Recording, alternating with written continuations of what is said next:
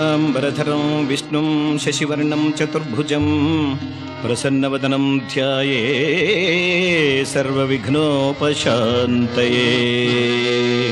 ನಂಬಿದೆ ನೈವೀರ ಗುರುರಾಯ ಬೆಂಬಿಡದೆ ಕಾಯೋ ದಿವ್ಯ ತೇಜ. ನಂಬಿದೆ ನೈವೀರ ಗುರುರಾಯ ಕಂದಿಮಲೆಯ ಪುರ ನಿವಾಸ ಮಹಿಮಾನ್ವಿತ ಮಹಾನುಭಾವನೆ ಭಕ್ತ ಜನರ ಪ್ರಾಣಧಾತ ಮುಕ್ತಿ ಮಾರ್ಗವ ತೋರೈ ಮೋಕ್ಷಧಾತ ಮುಕ್ತಿ ಮಾರ್ಗವ ತೋರೈ ಮೋಕ್ಷ ವಿಧಾತ. ನಂಬಿದೆ ನೈವೀರ ಗುರುರಾಯ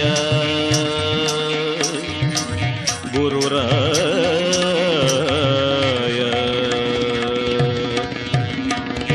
ಕೀರ್ತನಾರಂಭ ಕಾಲದಲ್ಲಿ ಸದ್ಗುರು ಪಾದಪದ್ಮಗಳನ್ನು ಮನಸಾ ಸ್ಮರಿಸಿ ಪೀಠಿಗೆಯನ್ನು ಪ್ರಾರಂಭಿಸುತ್ತೇನೆ. ಭವಸಾಗರದ ಪ್ರವಾಹ ಬಹಳ ವೇಗವಾಗಿ ಹರಿಯುತ್ತಿದೆ. ಈ ಪ್ರವಾಹಕ್ಕೆ ದೇವಾದಿದೇವತೆಗಳು ಅವತಾರ ಪುರುಷರು ಸಿಲುಕಿ ಕೊಚ್ಚಿ ಹೋಗಿದ್ದಾರೆ. ಮಾನವನಂತೂ ಜೀವನ ಪರ್ಯಂತ ಈ ಪ್ರವಾಹದಲ್ಲಿ ತೇಲುತ್ತಲೇ ಇದ್ದಾನೆ.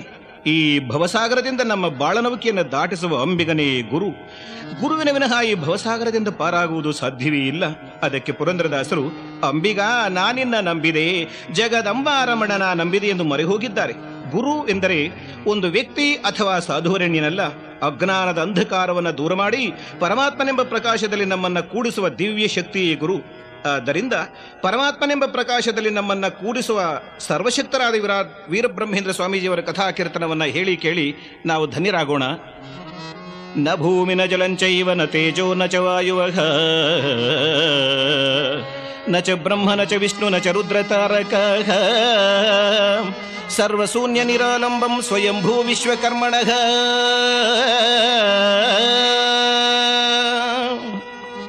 ತ್ರಿಮೂರ್ತಿಗಳು, ಗ್ರಹ ನಕ್ಷತ್ರ ತಾರೆಗಳು, ಪಂಚಭೂತಗಳು ಇಲ್ಲದ ಶೂನ್ಯ ವೇಳೆಯಲ್ಲಿ ವಿರಾಟ್ ವಿಶ್ವಕರ್ಮ ಪ್ರಭು ಸ್ವಯಂ ಪ್ರಕಾಶಿತನಾಗಿ ತನ್ನಲ್ಲಿ ಪಂಚಮೂರ್ತಿಗಳನ್ನು ಸೃಷ್ಟಿ ಮಾಡ್ತಾನೆ. ಇವರೇ ಈಶ್ವರ, ನಾರಾಯಣ, ಬ್ರಹ್ಮದೇವ, ಇಂದ್ರ, ಸೂರ್ಯನಾರಾಯಣ. ಇವರು ಕೈಲಾಸ, ವೈಕುಂಠ, ಸತ್ಯಲೋಕ, ಸ್ವರ್ಗಲೋಕ, ಸೂರ್ಯಲೋಕಗಳಲ್ಲಿ ವಾಸ ಮಾಡುತ್ತಾ ಪಂಚಶಕ್ತಿಗಳನ್ನ, ಪಂಚವೇದಗಳನ್ನ ತಮ್ಮ ಜೊತೆಗಿರಿಸಿಕೊಂಡು ಸೃಷ್ಟಿ, ಸ್ಥಿತಿ, ಲಯ, ಶಿರೋಧಾನ, ಅನುಗ್ರಹಾದಿ ಕೃತ್ಯಗಳನ್ನು ಮುಂದುವರಿಸಿಕೊಂಡು ಹೋಗುತ್ತಿದ್ದರೆ ಕೃತತ್ರೇತ ದ್ವಾಪರಯುಗ ಕಳೆಯುವುದು. ಕಲಿಯುಗವು ಆರಂಭವಾಗಿ 3000 ವರ್ಷ ಕಳೆಯುತ್ತದೆ. ಕೃಷ್ಣಾವತಾರವನ್ನು ಮುಗಿಸಿದ ನಾರಾಯಣ ವೈಕುಂಠದಲ್ಲಿರ್ತಾನೆ.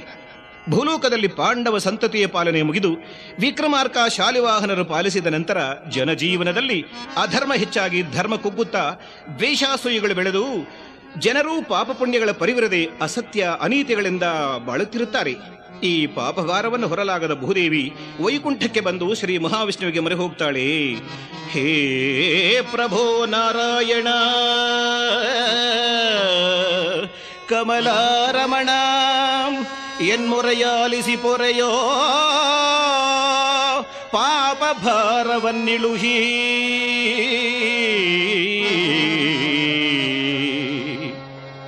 ಹೀಗೆಂದು ಭೂದೇವಿ ಮೊರೆಯಿಡಲು ಕೇಳಿದ ನಾರಾಯಣನು ಆಕೆಯನ್ನು ಸಮಾಧಾನಗೈದು ತ್ರಿಮೂರ್ತಿಗಳಾದ ತಾವು ಕಲಿಯುಗದಲ್ಲಿ ಮಾನವರಾಗಿ ಅವತಾರಗೈದು ಭೂಭಾರವನ್ನು ಇಳಿಸುವುದಾಗಿ ಭರವಸೆ ಕೊಟ್ಟು ಕಳುಹಿಸುತ್ತಾನೆ. ಇತ್ತಲ 14ನೇ ಶತಮಾನದಲ್ಲಿ ಭೂಲೋಕದಲ್ಲಿ ಧರೆಯೊಳು ಬ್ರಹ್ಮಾಂಡ ಪುರದಲ್ಲಿರುವರು ಪರಿಪೂರ್ಣಯಾಚಾರ್ಯ ಪ್ರಕೃತಾಂಬ. ಧರೆಯೊಳು ಬ್ರಹ್ಮಾಂಡ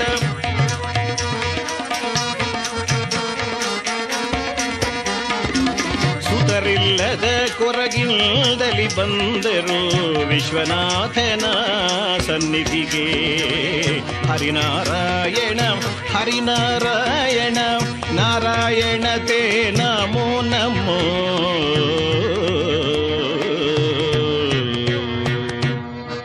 ಹೀಗೆ ಕಾಶಿ ಕ್ಷೇತ್ರಕ್ಕೆ ಬಂದು ಶ್ರೀ ವಿಶ್ವನಾಥನ ಸನ್ನಿಧಿಯಲ್ಲಿ ಭಕ್ತಿಯಿಂದ ಬೇಡ್ತಾರೆ ಸಂತಾನ ಭಾಗ್ಯಕ್ಕಾಗಿ. ಒಂದು ರಾತ್ರಿ ಪ್ರಕೃತಾಂಬ ಕನಸಿನಲ್ಲಿ ಪರಮೇಶ್ವರನ ದರ್ಶನವಿತ್ತು. ಅಮ್ಮ, ಶ್ರೀಮನ್ನಾರಾಯಣನೇ ನಿನ್ನ ಮಗನಾಗಿ ಅವತಾರ ಮಾಡಿ ಲೋಕೋದ್ಧಾರ ಮಾಡುತ್ತಾನೆ. ಆದರೆ ಮಗು ಹುಟ್ಟಿದೊಡನೆ ನಿನ್ನ ಪತಿದೇವರು ಮರಣ ಹೊಂದುತ್ತಾರೆ. ತಾಯಿ, ಇದು ದೈವ ನಿಯಮವೆಂದು ಅಂತರ್ಧಾನನಾಗುತ್ತಾನೆ. ಕೂಡಲೇ ದಿವ್ಯ ಪ್ರಕಾಶವೊಂದು ಪ್ರಕೃತಾಂಬ ಶರೀರದಲ್ಲಿ ಬೆರೆತು ಹೋಗುತ್ತದೆ.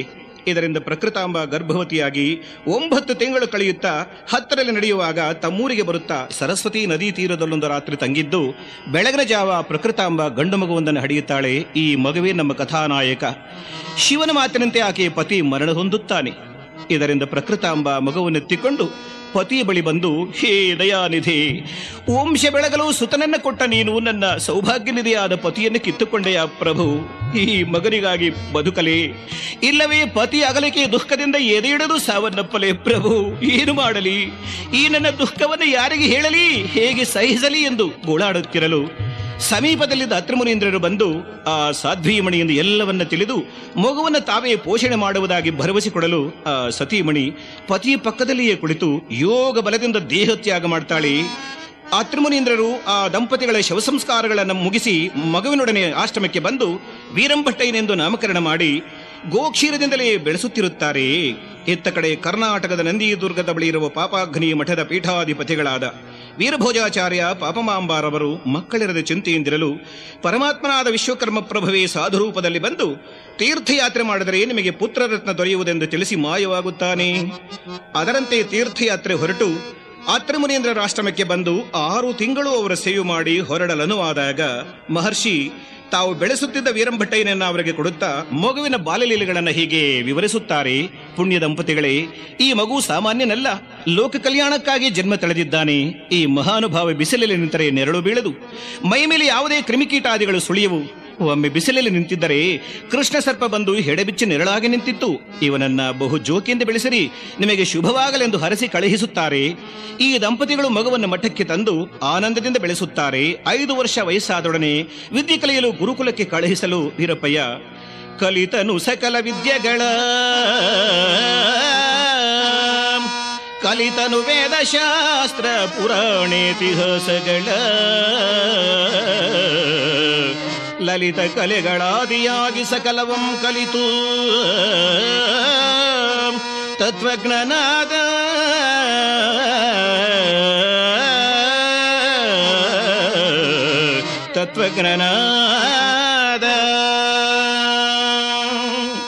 ಹೀಗೆ ಸಕಲ ವಿದ್ಯಾಪಾರಂಗತನಾಗಿ ಮಠಕ್ಕೆ ಬರಲು ಆ ವೇಳೆಗೆ ವೀರಭೋಜಾಚಾರ್ಯರು ದೈವಾಧೀನರಾಗಿರುತ್ತಾರೆ.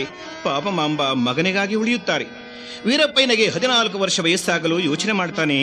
ತನ್ನವತಾರ ಲೋಕೋದ್ಧಾರಕ್ಕೆಂದು ಇಲ್ಲಿರುವುದು ಸರಿಯಲ್ಲವೆಂದರಿತು ಅಮ್ಮನ ಬಳಿ ಬಂದು, ಅಮ್ಮ, ನಿನ್ನ ಪಾದಪದ್ಮಗಳಿಗೆ ನಮಸ್ಕಾರ ಮಾಡ್ತಿದ್ದೇನೆ. ತಾಯಿ, ನಾನು ದೇಶ ಸಂಚಾರ ಹೊರಟು ಪುಣ್ಯಕ್ಷೇತ್ರಗಳ ದರ್ಶನಗೈದು ಅಜ್ಞಾನಿಗಳನ್ನ ಸುಜ್ಞಾನ ಸಂಪನ್ನರನ್ನಾಗಿ ಮಾಡಿ ಲೋಕ ಕಲ್ಯಾಣ ಮಾಡಬೇಕಾಗಿದೆ. ಅಮ್ಮ, ಅಪ್ಪಣೆಯನ್ನು ದಯಪಾಲಿಸು ಎಂದು ಕೇಳಿದರೆ ಈ ಮಾತು ಕೇಳದ ಪಾಪಮಾಂಬ ಬೆಚ್ಚಿ ಬಿದ್ದು, ಏನೆಂದೆಯೋ ಮಗು, ನನ್ನನ್ನಗಲಿ ದೇಶ ಸಂಚಾರ ಮಾಡ್ತೀಯಾ? ನಿನಗೆ ಬುದ್ಧಿ ಏಕಾದರೂ ಬಂತು? ನಿನ್ನ ನಗಲಿ ಒಂದು ಕ್ಷಣವಾದರೂ ನಾನು ಬದುಕಿರಲಾರೆ. ನೀನೇ ನನ್ನ ಪ್ರಾಣ ತ್ರಾಣಿಗಳು. ಕುಮಾರ, ನೀನು ಈ ಮಠಾಧಿಪತಿಯಾಗಿ ಭಕ್ತ ಜನೋದ್ಧಾರ ಮಾಡುವುದನ್ನ ಕಣ್ಣಾರಿ ಕಂಡು ಆನಂದ ಪಡಬೇಕೆಂದು ಇನ್ನೂ ಏನೇನೋ ಕನಸು ಕಾಣ್ತಾ ಇದ್ದೆ. ನೀನಾದರೂ ದೇಶ ಸಂಚಾರ ಮಾಡಬೇಕೆಂದಿರುವೆ. ಮಗು, ಅದು ಮಾತ್ರ ಸಾಧ್ಯವಿಲ್ಲವಪ್ಪ. ನನ್ನನ್ನು ಬಿಟ್ಟು ಎಲ್ಲಿಗೂ ಹೋಗಬೇಡ ಕಂದ, ಹೋಗಬೇಡ ನನ್ನಪ್ಪ. ನೀನಿಲ್ಲದಿದ್ದರೆ ನಾನು ಖಂಡಿತ ಬದುಕಿರಲಾರೆ. ನೋಡು, ನಿನಗೆ ಕೈ ಮುಗಿದು ಬೇಡಿಕೊಳ್ತೇನೆ ಎಂದು ಬೇಡಿದರೆ ವೀರಪ್ಪಯ್ಯ, ಅಮ್ಮ, ಸುಜ್ಞಾನ ನಿಧಿಯಾದ ನೀನೇ ಈ ವ್ಯಾಮೋಹಕ್ಕೆ ಬಲಿಯಾಗುವುದು ಸರಿಯಲ್ಲ ತಾಯಿ. ನಾವು ಈ ಪ್ರಪಂಚ ಪ್ರೇಮಕ್ಕೆ ಒಳಗಾಗಿ ಅದರಲ್ಲೇ ಕೂಡಿದ್ದೇವೆ. ಮನೆ, ಮಠ, ಐಶ್ವರ್ಯ, ಧನ, ಸಂಪತ್ತು ಗಳಿಸಬೇಕೆಂದಿದ್ದೇವೆ. ಹಾಗೂ ಭೋಗಾದಿಗಳ ಆಕಾಂಕ್ಷೆಯಲ್ಲಿದ್ದೇವೆ. ಆತ್ಮನ ನಿಜ ಪ್ರೇಮವನ್ನು ಮರೆತು ಜನನ ಮರಣದ ಚಕ್ರದಲ್ಲಿ ತಿರುಗುವುದು ಸರಿಯಲ್ಲವಮ್ಮ. ಈ ಪ್ರಪಂಚ ಪ್ರೇಮವನ್ನು ತೊರೆದು ಆತ್ಮ ಪ್ರೇಮದಲ್ಲಿ ಕೂಡಬೇಕು. ಅಮ್ಮ, ಈ ಶರೀರ ವ್ಯಾಮೋಹ ಮೊದಲನೆಯ ಬಂಧನ, 2ನೆಯದು ಸ್ತ್ರೀ ಬಂಧನ, 3ನೆಯದು ಮಕ್ಕಳ ಬಂಧನ. ಅವರಿಗಾಗಿಯೇ ದಾನ, ಧರ್ಮ ಮುಂತಾದ ಪುಣ್ಯ ಕಾರ್ಯಗಳ ಆಚರಣೆ. ಅಷ್ಟಕ್ಕೂ ತೃಪ್ತರಾಗದೆ ಮೊಮ್ಮಕ್ಕಳನ್ನು ನೋಡಿಯೇ ಸಾಯಬೇಕೆನ್ನುತ್ತೀವಿ ವಿನಃ ಈ ಜಗತ್ತಿನ ಬಂಧನದಿಂದ ಮುಕ್ತರಾಗಿ ಪರಮಾತ್ಮನಲ್ಲಿ ಸೇರಲು ಪ್ರಯತ್ನ ಮಾಡೋದೇ ಇಲ್ಲ. ಅಮ್ಮ, ಮಾನವ ದೇಹ ಹೇಗೆ ಬಂದಿತು ಗೊತ್ತೇ? ಕೇಳುತ್ತಾಯಿ. ಮಾತೆಯಾಗುವಳು ಗರ್ಭಧಾರಣೆ ಮಾಡಿದ ನಂತರ ದಿನವೈದರಲ್ಲಿ ಜಲದ ಬೊಬ್ಬುಳಿಯಂತಿರ್ದು 10ರಲ್ಲಿ ಅಂಡಾಕಾರವಾಗಿ ತಿಂಗಳೊಂದಕ್ಕೆ ಪಿಂಡವಾಗಿ ಶಿರವು ಮೂಡಿ ತಿಂಗಳೆರಡಕ್ಕೆ ಕರಚರಣ ಬಂದು 3ರಲ್ಲಿ ಉದರವೇರ್ಪಟ್ಟು 4ರಲ್ಲಿ ಕಿರುಪಾರ್ಶ್ವಗಳು ಮೂಡಿ 5ರಲ್ಲಿ ಪಾದ ಬೆರಳುಗಳು ಬಂದು 6ರಲ್ಲಿ ಕರ್ಣನಾಶಿಕ ನೇತ್ರ ಮೊದಲಾದ ರಂಧ್ರಗಳು ಪ್ರಾಪ್ತವಾಗಿ 7ರಲ್ಲಿ ಜೀವ ಬರಲು 8, 9ರಲ್ಲಿ ಪೂರ್ವಜ್ಞಾನ ಬಂದು ಅರಿಯುವನು ತನ್ನ ಗತ ಜನ್ಮಗಳ ಬವಣೆಗಳ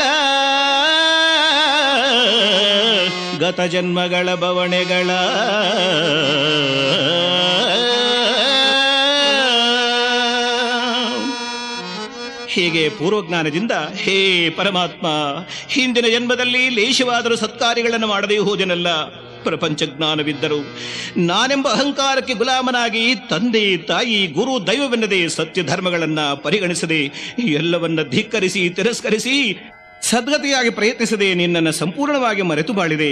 ಅದರ ಪರಿಣಾಮದಿಂದಲೇ ಈ ಗರ್ಭನರಕಕ್ಕೆ ಮತ್ತೆ ಬಂದೆ ಎಂದು ತನ್ನೊಳಗೆ ಚಿಂತಿಸಿ, ಇನ್ನು ಮುಂದೆ ಸರ್ವರಿಗೂ ಪರಮಾತ್ಮನೇ ಕರ್ತನು, ಭವಪಾಶಗಳನ್ನು ಭೇದಿಸುವವನೇ ಪರಮಾತ್ಮನೆಂದು ಮೊರೆಯಿಡುತ್ತಿರುವಾಗ ಪರಮಾತ್ಮನ ಶಿಶುವನ್ನ ಗರ್ಭದಿಂದ ಹೊರಗೆ ಕಳುಹಿಸುತ್ತಾನೆ. ಹೊರಗೆ ಬಂದ ತಕ್ಷಣ ಈ ಮಾಯಾವರಣಕ್ಕೆ ಬಿದ್ದು ಪರಮಾತ್ಮನನ್ನು ಮರೆತು ಹೋಗುತ್ತದೆ. ನಂತರ ಕ್ರೀಡೆಯಲ್ಲಿ ಬಾಲತ್ವ,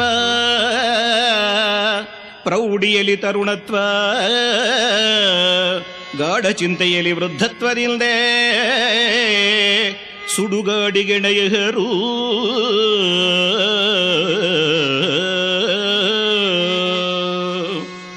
ಈ ವಚನಾನುಸಾರವಾಗಿ ಹುಟ್ಟು ಸಾವುಗಳ ವಶರಾಗುವುದು ಸರಿಯಲ್ಲವಮ್ಮ. ಇದರಿಂದ ಮುಕ್ತರಾಗಿ ಪರಮಾತ್ಮ ಪ್ರಾಪ್ತಿಗಾಗಿ ಮಧುವಿದ್ಯೆಯಾದ ಬ್ರಹ್ಮವಿದ್ಯೆ ಕಡೆಗೆ ನಾವು ಗಮನ ಕೊಡಬೇಕು ಎಂದು ಯೋಗ ಮಾರ್ಗವನ್ನು ಉಪದೇಶ ಮಾಡ್ತಾನೆ. ಅಮ್ಮ, ದುರ್ಲಭಂ ಮಾನವ ದೇಹಾನಂ, ಮಾನವ ಶರೀರ ಸಿಗುವುದು ದುರ್ಲಭ, ಸಿಕ್ಕಿದರೂ ಅನುಭವಿ ಗುರು ಸಿಗುವುದು ದುರ್ಲಭ, ಗುರು ಸಿಕ್ಕಿದರೂ ಅಭ್ಯಾಸ ಮಾಡೋದು ಅತಿ ದುರ್ಲಭ.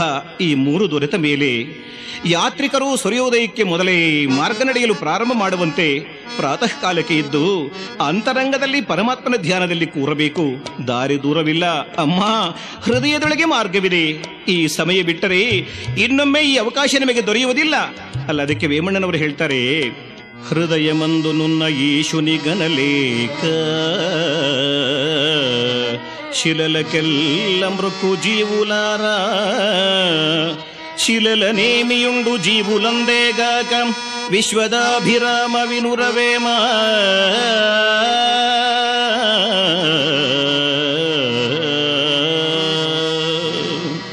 ಅದಂತರಲಿ ಕಥಾಭಾಗದಲ್ಲಿ ವೀರಪ್ಪಯ್ಯ ಮುಂದುವರೆದು, ಅಮ್ಮ, ಜೀವನದ ನದಿ ಭರದಿಂದ ಹರಿಯುತ್ತಿದೆ, ಇದನ್ನು ದಾಟಲಾರದೆ ಇದೇ ಸೆಳೆವಿನಲ್ಲಿ ಸಿಕ್ಕಿ ಮುಳುಗುತ್ತಿದ್ದಾರೆ. ಆದ್ದರಿಂದ ನಾಳೆ ಮಾಡೋದನ್ನು ಇಂದು ಮಾಡು, ಇಂದಿನದನ್ನು ಈಗಲೇ ಮಾಡೆಂದು ಹೇಳ್ತಾರೆ. ಅಮ್ಮ, ನಿನ್ನ ಶರೀರ ನಾಶವಾಗಬಹುದು, ನಶ್ವರ ಶರೀರವನ್ನು ನಂಬದೇ ಶಾಶ್ವತ ಜ್ಞಾನ ಪ್ರಕಾಶದಲ್ಲಿ ಸೇರಿಕೋ. ಜಾತಶ್ಯ ಮರಣಂ ಧ್ರುವಂ, ಹುಟ್ಟಿನ ಹಿಂದೆಯೇ ಸಾವಿರುತ್ತದೆ, ಆದರೂ ಎಷ್ಟೋ ದಿನ ಇರುತ್ತೇವೆ ಎಂಬ ಭರವಸೆ ನಮಗಿರುತ್ತದೆ. ಅಮ್ಮ, ಶ್ವಾಸದ ಮೇಲೆ ಆಯುಷ್ಯ ನಿಂತಿದೆ, ಶ್ವಾಸ ನಿಂತ ಕೂಡಲೇ ಶರೀರ ನಾಶವಾಗುತ್ತದೆ. ಆಶೆಗಳೆಲ್ಲ ಕ್ಷಣ ಮಾತ್ರದಲ್ಲಿ ನಾಶ ಹೊಂದುತ್ತವೆ. ನಮ್ಮನ್ನ ಜಗತ್ತಿಗೆ ತಂದ ಪರಮಾತ್ಮನ ಧ್ಯಾನ ಭಕ್ತಿಯನ್ನು ಮರೆತು ಜಗತ್ತಿನ ಮಾಯಾ ಮೋಹದಲ್ಲಿ ಬಿದ್ದು ನರಳುವುದು ಉಚಿತವಲ್ಲವಮ್ಮ. ಮೃತ್ಯುವಿನಿಂದ ನಮ್ಮನ್ನ ಯಾರೂ ಪಾರು ಮಾಡೋದಿಲ್ಲ. ಆದ್ದರಿಂದ ಪರಮಾತ್ಮನ ಧ್ಯಾನ ಚಿಂತನೆ ಮಾಡಿ ಪರಮಾತ್ಮನಲ್ಲಿ ಕೂಡಿ ಮುಕ್ತರಾಗುವುದೇ ಶ್ರೇಷ್ಠ ಫಲ ಹಾಗೂ ಮಾನವ ಜೀವನದ ಪರಮಗುರಿ ಎಂದು ಬೋಧಿಸಿ, ಅಮ್ಮ, ನಾನಾರೋ ನೋಡೆಂದು ಅಮ್ಮನಿಗೆ ದಿವ್ಯದೃಷ್ಟಿಯನ್ನು ನೀಡಿ ತನ್ನ ವಿಶ್ವರೂಪನ ತೋರ್ತಾನೆ. ಆ ರೂಪವನ್ನು ಕಂಡ ಪಾಪ ಮಾಂಬ ಭಕ್ತಿಯಿಂದ ಕರೆಜೋಡಿಸಿ, ನಮೋ ವಿಶ್ವರೂಪ, ಓ ನಮೋ ವಿರಾಟ್ ರೂಪ, ಆದಿಪುರುಷಾನಂತ ರೂಪ, ಅಖಿಲಾಧಾರ ಮರಸ್ವರೂಪ, ಭಾರತ ಮಾತೆಯ ಭಾರವನ್ನಿಡುಹೆ, ವೀರ ಬ್ರಹ್ಮೇಂದ್ರವತಾರಗೈದೆಯು ದೇವ. ನಮೋ ವಿಶ್ವರೂಪ, ಓ ನಮೋ ವಿರಾಟ್ ರೂಪ, ನಮೋ ವಿಶ್ವರೂಪ ವಿರಾಟ್ ರೂಪ.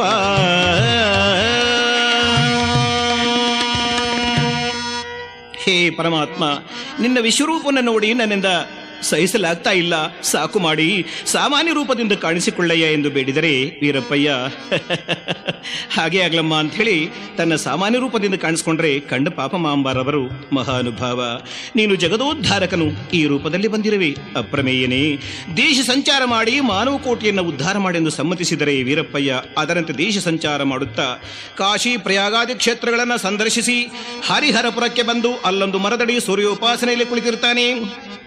ಇತ್ತಲ ಪರಮೇಶ್ವರನು ಕಾಶಿ ರಾಜಕುಮಾರನಾಗಿ ಅವತರಿಸಿ ಆನಂದ ಭೈರವ ಯೋಗಿ ಎಂಬ ಹೆಸರಿನಿಂದ 18 ಅರೈದವನಾಗಿ ಗೆಳೆಯರೊಡನೆಗೂಡಿ ಅರಣ್ಯಕ್ಕೆ ಬಂದು ಭೇಟಿಯಾಡಿ ದಣಿದು ಕೊಳವೊಂದರಲ್ಲಿ ನೀರನ್ನು ಕುಡಿದು ಮರದಡಿ ವಿಶ್ರಾಂತಿ ಪಡೆಯುತ್ತಿರಲು ಅದೇ ಕೊಳಕ್ಕೆ ಗೋವೊಂದು ನೀರು ಕುಡಿಯಲು ಬರುತ್ತದೆ. ಪಕ್ಕದ ಪೊದೆಯೊಂದರಿಂದ ಚಿರತ ಹುಲಿಯೆಂದು ಗೋವನ್ನು ಕೊಲ್ಲುವುದಕ್ಕೆ ಛಂಗನೆ ಹಾರಲು ಕಂಡ ಭೈರವ ಯೋಗಿ ಧನವಿನಿಂದ ಕೂಡಲೇ ರೇವನೆ ಬಾಣ ಹೊಡೆಯಲು ಬಾಣ ಗುರಿ ತಪ್ಪಿ ಗೋವನ್ನೇ ಕೊಲ್ಲುತ್ತದೆ. ಇದನ್ನು ನೋಡಿದ ರಾಜಕುಮಾರ ಗೋವಿನ ಬಳಿ ಬಂದು ಶೋಕಕ್ರಾಂತನಾಗಿ, ಹೇ ಪರಮಾತ್ಮ, ಹುಲಿಯನ್ನು ಕೊಂದು ಗೋಮಾತೆಯನ್ನು ಉಳಿಸಲು ನಾ ಹೊಡೆದ ಬಾಣ ಗೋಮಾತೆಯನ್ನೇ ಕೊಂದಿತಲ್ಲ. ದೇವ, ನನ್ನಿಂದ ಎಂತಹ ಪಾಪ ಕಾರ್ಯ ಮಾಡಿಸಿಬಿಟ್ಟೆ, ಇದರಿಂದ ಹೇಗೆ ಮುಕ್ತನಾಗಲಿ? ಎಲೆ ಈ ಪರಮ ಪೂಜ್ಯಳಾದ ಗೋಮಾತೆಯೇ, ನಿರಪರಾಧಿ ಹಾಗೂ ಸಾಧು ಪ್ರಾಣಿಯಾದ ನಿನ್ನನ್ನ ಕೊಂದನಾದ ಪರಮ ಪಾಪಿಯಾದೆ. ಇದರಿಂದ ನನಗೆ ಭಯಂಕರವಾದ ನರಕವೇ ಸಿದ್ಧವಾಗಬೇಕಾಗಿದೆ. ಇದಕ್ಕೆ ಪ್ರಾಯಶ್ಚಿತ್ತವಾಗಿ ಇದೋ ನನ್ನನ್ನೇ ಬಲಿ ಕೊಡುತ್ತೇನೆ. ಇದರಿಂದ ನಿನ್ನ ಆತ್ಮಕ್ಕೆ ಶಾಂತಿ ಹಾಗೂ ನಾನು ಗೈದ ಘೋರ ಕೃತ್ಯಕ್ಕೆ ಪರಿಹಾರವೆಂದು ಹೊರೆಯಿಂದ ಖಡ್ಗವನ್ನ ಸರನೆ ಹೊರತೆಗೆದು ಹರ ಹರ ಮಹದೇವ ಶಂಭೋ ಎಂದು ಸಿದ್ಧನಾಗ್ತಾನೆ. ಆತನ ಗೆಳೆಯರು ಕೂಡದೆಂದು ಸಮಾಧಾನ ಮಾಡ್ತಾರೆ.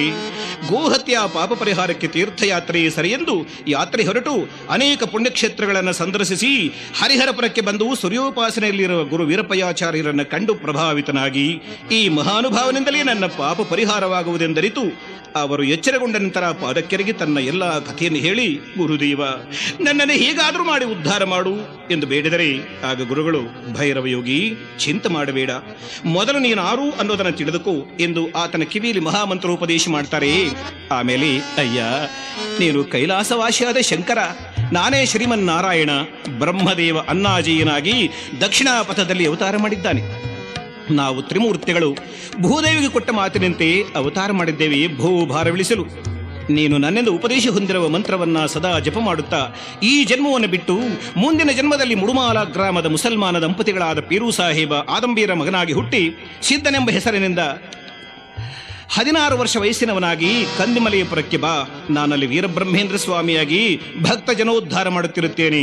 ನಿನಗೂ ಪರಶಿವ ಯೋಗವನ್ನು ಉಪದೇಶ ಮಾಡಿ ನಿನ್ನಿಂದ ಬಹುನ್ನತವಾದ ಕಾರ್ಯಗಳನ್ನು ಮಾಡಿಸಿ ಲೋಕ ಕಲ್ಯಾಣ ಮಾಡುತ್ತೇನೆ ಎಂದು ತಿಳಿಸಿದರೆ ಭೈರವ ಯೋಗಿ, ಧನ್ಯ ಧನ್ಯ ಗುರುವೇ ಅಂಥೇಳಿ ಹೊರಡ್ತಾನೆ. ಜಯ ಗುರುವೇ ಜಯ ಜಯ ಗುರುವೇ, ಜಯ ಗುರುವೇ ಜಯ ವೀರ ಗುರುವೇ, ಜಯ ಗುರುವೇ ಜಯ ಜಯ ಗುರುವೇ, ಜಯ ಗುರುವೇ ಜಯ ವೀರ ಗುರುವೇ. ಭಕ್ತೋದ್ಧಾರ ಭವ ಭಯ ದೂರ, ಮುಕ್ತಿಗೆ ನಿನ್ನ ಜಪ ಮೂಲಾಧಾರ. ಜಯ ಗುರುವೇ ಜಯ ಜಯ ಗುರುವೇ, ಜಯ ಗುರುವೇ ಜಯ ವೀರ ಗುರುವೇ. ಹೀಗೆಂದು ಗುರುಧ್ಯಾನದೊಂದಿಗೆ ಆನಂದ ಭೈರವ ಯೋಗಿ ಹೊರಡ್ತಾನೆ. ವೀರಪ್ಪಯ್ಯನವರು ಅಲ್ಲಿಂದ ಹೊರಟು ಬನಗಾನಹಳ್ಳಿಗೆ ಬಂದು ಗರಿಮರೆಡ್ಡಿ ಅಚ್ಚಮ್ಮನವರ ಮನೆಯ ಮುಂದೆ ದಿಬ್ಬವೊಂದರ ಮೇಲೆ ಆ ರಾತ್ರಿಯಲ್ಲಿ ಕುಳಿತಿರ್ತಾನೆ. ಬೆಳಗಾದೊಡನೆ ಅಚ್ಚಮ್ಮ ಬಂದು ಕಂಡು, ಯಾರು ಮಗು ನೀನು? ಊರಾವುದು? ನಿನ್ನ ಹೆಸರೇನು? ಈ ಚಳಿಗಾಳಿಗಳಲ್ಲಿ ಇಲ್ಲೇಕೆ ಕುಳಿತಿರುವೆ? ನಿನಗೆ ಅಪ್ಪ ಅಮ್ಮ ಇದ್ದಾರೇನೋ ಎಂದು ಕೇಳಿದರೆ ಅದಕ್ಕೆ ವೀರಪ್ಪಯ್ಯ, ಅಮ್ಮ, ಬ್ರಹ್ಮಾಂಡಪುರವೇ ನಮ್ಮೂರು, ವೀರಪ್ಪಯ್ಯನೆಂದು ಕರೆಯುವರು. ಬ್ರಹ್ಮಾಂಡಪುರವೇ ನಮ್ಮೂರು, ತಂದೆ ತಾಯಿಗಳಾರೋ ತಿಳಿಯೇ ನಾನು, ಒಂದೆಡೆ ನಾನೆಂದು ಇರುವವನಲ್ಲ. ಬ್ರಹ್ಮಾಂಡಪುರವೇ ನಮ್ಮೂರು. ಅಮ್ಮ, ನಿನ್ನ ದರ್ಶನಾರ್ಥಿಯಾಗಿ ನಾನು ಬಂದೆ. ನಿನ್ನಲ್ಲಿರುವ ಪಶುಮಂದೆಯನ್ನು ಕಾಯಲು ನನ್ನನ್ನು ಇರಿಸಿಕೋ ತಾಯಿ ಎಂದು ಆಕೆಯನ್ನು ಒಪ್ಪಿಸಿ ಆಕೆಯ ಅಪ್ಪಣೆಯಂತೆಯೇ ಗೋವುಗಳನ್ನು ರವ್ವಲ ಬೆಟ್ಟದ ಬಳಿ ಒಯ್ದು ಅಲ್ಲೊಂದೆಡೆ ಗುಂಪಾಗಿ ನಿಲ್ಲಿಸಿ ಅವುಗಳ ಸುತ್ತಲೂ ವೃತ್ತಾಕಾರದ ರಕ್ಷಾರೇಖೆಯನ್ನು ಬರೆದು ತಾನು ಅಲ್ಲಿ ಇದ್ದ ತಾಳೆ ಮರದ ಬಳಿ ಬರಲು ಆ ಮರವು ಬಾಗಿ ನಿಲ್ಲುತ್ತದೆ. ಕೆಲವು ಗರಿಗಳನ್ನು ತೆಗೆದುಕೊಂಡು ಜಾಲಿ ಮುಳ್ಳುಗಳ ಸಹಿತ ಬೆಟ್ಟದ ಮೇಲಿದ್ದ ಗುಹೆಯೊಂದರಲ್ಲಿ ಕುಳಿತು ಕಾಲಜ್ಞಾನವನ್ನು ಬರೆಯಲು ಪ್ರಾರಂಭ ಮಾಡ್ತಾರೆ. ಇವರ ಕೆಲವು ಮಹಿಮೆಗಳನ್ನು ಕಂಡ ಅಚ್ಚಮ್ಮ ಈತ ಸಾಮಾನ್ಯನಲ್ಲವೆಂದರಿತು ಶರಣಾಗಿ ಬ್ರಹ್ಮಜ್ಞಾನೋಪದೇಶ ಪಡೆದು ಅವರಿಗಾಗಿ ಬನಗಾನಹಳ್ಳಿಯಲ್ಲಿ ಒಂದು ಭವ್ಯವಾದ ಮಠವನ್ನು ಕಟ್ಟಿಸಿಕೊಡ್ತಾಳೆ. ವೀರಪ್ಪಯ್ಯಾಚಾರ್ಯರು 14,000 ಕಾಲಜ್ಞಾನ ಬರೆದು ಅವುಗಳನ್ನು ಅಚ್ಚಮ್ಮನವರ ಮನೆಯ ಬಳಿ ಇದ್ದ ಹಗೆಯ ಒಂದರಲ್ಲಿ ಭದ್ರವಾಗಿ ಮುಚ್ಚುತ್ತಾರೆ. ಅದರ ಮೇಲೊಂದು ಹುಣಸೆ ಮರ ಹುಟ್ಟಿದೆ. ಅದು ಅಂದಿನಿಂದ ಇಂದಿನವರೆಗೂ ಹಾಗೆ ಇದ್ದು ಆಗಾಗ್ಗೆ ಲೋಕ ಕಲ್ಯಾಣ ಸಂಕೇತಗಳನ್ನು ತೋರ್ತಾ ಇದೆ. ಅಚ್ಚಮ್ಮನ ಮಗ ಬ್ರಹ್ಮಾನಂದ ರೆಡ್ಡಿಯ ಅಂಧತ್ವವನ್ನು ಹೋಗಲಾಡಿಸಿ ದೃಷ್ಟಿ ಕಟ್ತಾರೆ. ಇದರಿಂದ ಇವರ ಕೀರ್ತಿ ಎಲ್ಲ ಕಡೆ ವ್ಯಾಪಿಸುತ್ತದೆ. ಇದನ್ನರಿತ ಆ ಊರಿನ ನವಾಬ ತನ್ನ ಅರಮನೆಗೆ ಕರೆಸಿಕೊಂಡು ಸತ್ಕಾರ ಮಾಡುವ ನೆಪದಿಂದ ಗೋಮಾಂಸದಿಂದ ತಯಾರಿಸಿರುವ ಭೋಜನ ಪದಾರ್ಥಗಳನ್ನ ಬಂಗಾರಿನ ತಟ್ಟೆಗಳಲ್ಲಿಟ್ಟು ಮೇಲೆ ಜರತಾರಿ ವಸ್ತ್ರಗಳನ್ನು ಹೊದಿಸಿ ಗುರುಗಳ ಮುಂದಿಟ್ಟು ಕಪಟ ವಿನಯದಿಂದ, ಗುರುದೇವ, ಈ ಆಹಾರ ಪದಾರ್ಥಗಳನ್ನು ತಾವು ಮೊದಲು ಸ್ವೀಕಾರ ಮಾಡಿ ನಂತರ ನಮಗೂ ದಯಪಾಲಿಸಿ ಅಂದರೆ ಗುರುಗಳು ಹಾಗೆ ಆಗ್ಲಿ ನವಾಬರೇ ಅಂಥೇಳಿ ಅಭಿಮಂತ್ರಿತ ಜಲವನ್ನ ಅವುಗಳ ಮೇಲೆ ಚಿಮುಕಿಸಿ ಹೂ ಹಣ್ಣುಗಳಂತೆ ಮಾರ್ಪಡಿಸಿ, ನವಾಬರೇ ತೆಗೆದುಕೊಳ್ಳಿ ಅಂದರೆ ನವಾಬ ಅಪರಾಧವನ್ನರಿತು ಅವರ ಪಾದಕ್ಕೆರಗಿ, ಎಂತು ವರ್ಣಿಸಲಿ ನಿನ್ನ ಹೇ ಗುರುದೇವನೇ, ಅಂತ್ಯ ಮೊದಲಿಲ್ಲದ ನಿನ್ನ ಅನಂತ ಮಹಿಮೆಗಳ, ಎಂತು ವರ್ಣಿಸಲಿ ನಿನ್ನ ಹೇ ಗುರುದೇವನೇ, ಅಂತ್ಯ ಮೊದಲಿಲ್ಲದ ನಿನ್ನ ಅನಂತ ಮಹಿಮೆಗಳ, ಎನ್ನಪರಾಧಗಳ ಮನ್ನಿಸಿ ಪೊರೆಯಯ್ಯ ಅಂತರ್ಯಾಮಿ ಅನಂತ ರೂಪ, ಎಂತು ವರ್ಣಿಸಲಿ ನಿನ್ನ ಹೇ ಗುರುದೇವನೇ.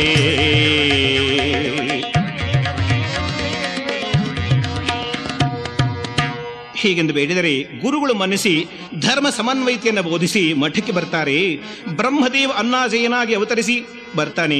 ಅವನಿಗೆ ಪೂರ್ವಜನ್ಮ ವೃತ್ತಾಂತವನ್ನು ತಿಳಿಸಿ ಆ ಮಠಕ್ಕೆ ಅಧಿಪತಿಯನ್ನಾಗಿ ನೇಮಿಸಿ ತಾವು ಬರೆದಿರುವ ಕಾಲಜ್ಞಾನವನ್ನ ಜನತೆಗೆ ಬೋಧಿಸೆಂದು ತಿಳಿಸಿ, ಅಚ್ಚಮ್ಮ ಬ್ರಹ್ಮಾನಂದ ರೆಡ್ಡಿ ಅನ್ನಾಜಯನಿಗೆ ತಾವು ಇನ್ನು ಮುಂದೆ ವೀರಬ್ರಹ್ಮೇಂದ್ರ ಸ್ವಾಮಿಗಳಾಗಿ ಕಡಪ ಜಿಲ್ಲೆಯಲ್ಲಿರುವ ಕಂದಿಮಲಿಯಪುರದಲ್ಲಿದ್ದು ವಿಶೇಷವಾದ ಕಾರ್ಯಗಳನ್ನು ಮಾಡಬೇಕಾಗಿದೆ ಎಂದು ತಿಳಿಸಿ ಆ ರಾತ್ರಿಯಲ್ಲಿಂದ ಹೊರಡ್ತಾರೆ. ಆಗ್ಗೆ ಅವರ ವಯಸ್ಸು 123 ವರ್ಷ. ಮತ್ತೆ ಕಂದಿಮಲ್ಲೆಯಪುರವನ್ನು ಸೇರಿ ಕಮ್ಮಾರಿಕೆ ಕಾಯಕ ಮಾಡುತ್ತಾ ವಿಶೇಷ ಮಹಿಮೆಗಳನ್ನು ತೋರ್ತಾರೆ. ಗ್ರಾಮ ದೇವತೆಯಾದ ಪೋಲೇರಿ ಕೈಲಿ ಬೆಂಕಿನ ತರಿಸಿ ಜನರಲ್ಲಿ ಆಶ್ಚರ್ಯವನ್ನುಂಟು ಮಾಡ್ತಾರೆ.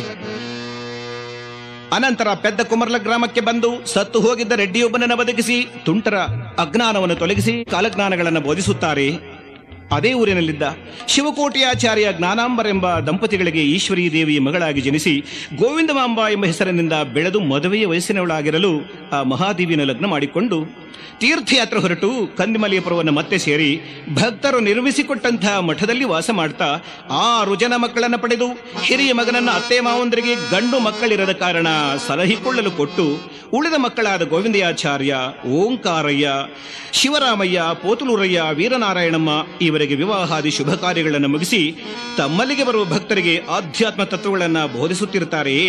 ಇತ್ತಲ ಈಶ್ವರಾಂಶ ಸಂಭೂತನಾದ ಆನಂದ ಭೈರವ ಯೋಗಿ ಆ ಜನ್ಮ ಬಿಟ್ಟು ಮುಡುಮಾಲ ಗ್ರಾಮದಲ್ಲಿರುವ ಪೀರು ಸಾಹೇಬ ಆದಂಬೀರ ಮಗನಾಗಿ ಜನಿಸಿ ಸಿದ್ದಯ್ಯನೆಂಬ ಹೆಸರಿನಿಂದ ಪ್ರಸಿದ್ಧನಾಗಲು 14 ವರ್ಷ ವಯಸ್ಸಿನವನಾಗಿ ದೈವ ಭಕ್ತನಾಗಿ ಪರಮಾತ್ಮ ಸಾಕ್ಷಾತ್ಕಾರದ ಹಂಬಲದಿಂದ ಗುರುವನ್ನು ಅರಸುತ್ತಾ ವೀರಬ್ರಹ್ಮೇಂದ್ರರ ಬಗ್ಗೆ ತಿಳಿದು ಕಂದಿಮಲಿಯಪುರಕ್ಕೆ ಬರ್ತಾ, ಹೋಗುವ ನಡೆ ನಡೆ ಸದ್ಗುರು ಪಾದವ ಪೂಜೆಯ ಗೈಯಲು ಮನವೇ, ಹೋಗುವ ನಡೆ ನಡೆ ಸದ್ಗುರು ಪಾದವ ಪೂಜೆಯ ಗೈಯಲು ಮನವೇ, ಸದ್ಗುರು ದಯದಿಲ್ದೆ ಪರಮ ಪದದ ಹಾದಿ ಅರಿತು ಮುಕ್ತಿಯ ಪಡೆವೋ ಮನವೇ, ಹೋಗುವ ನಡೆ ನಡೆ ಸದ್ಗುರು ಪಾದವ.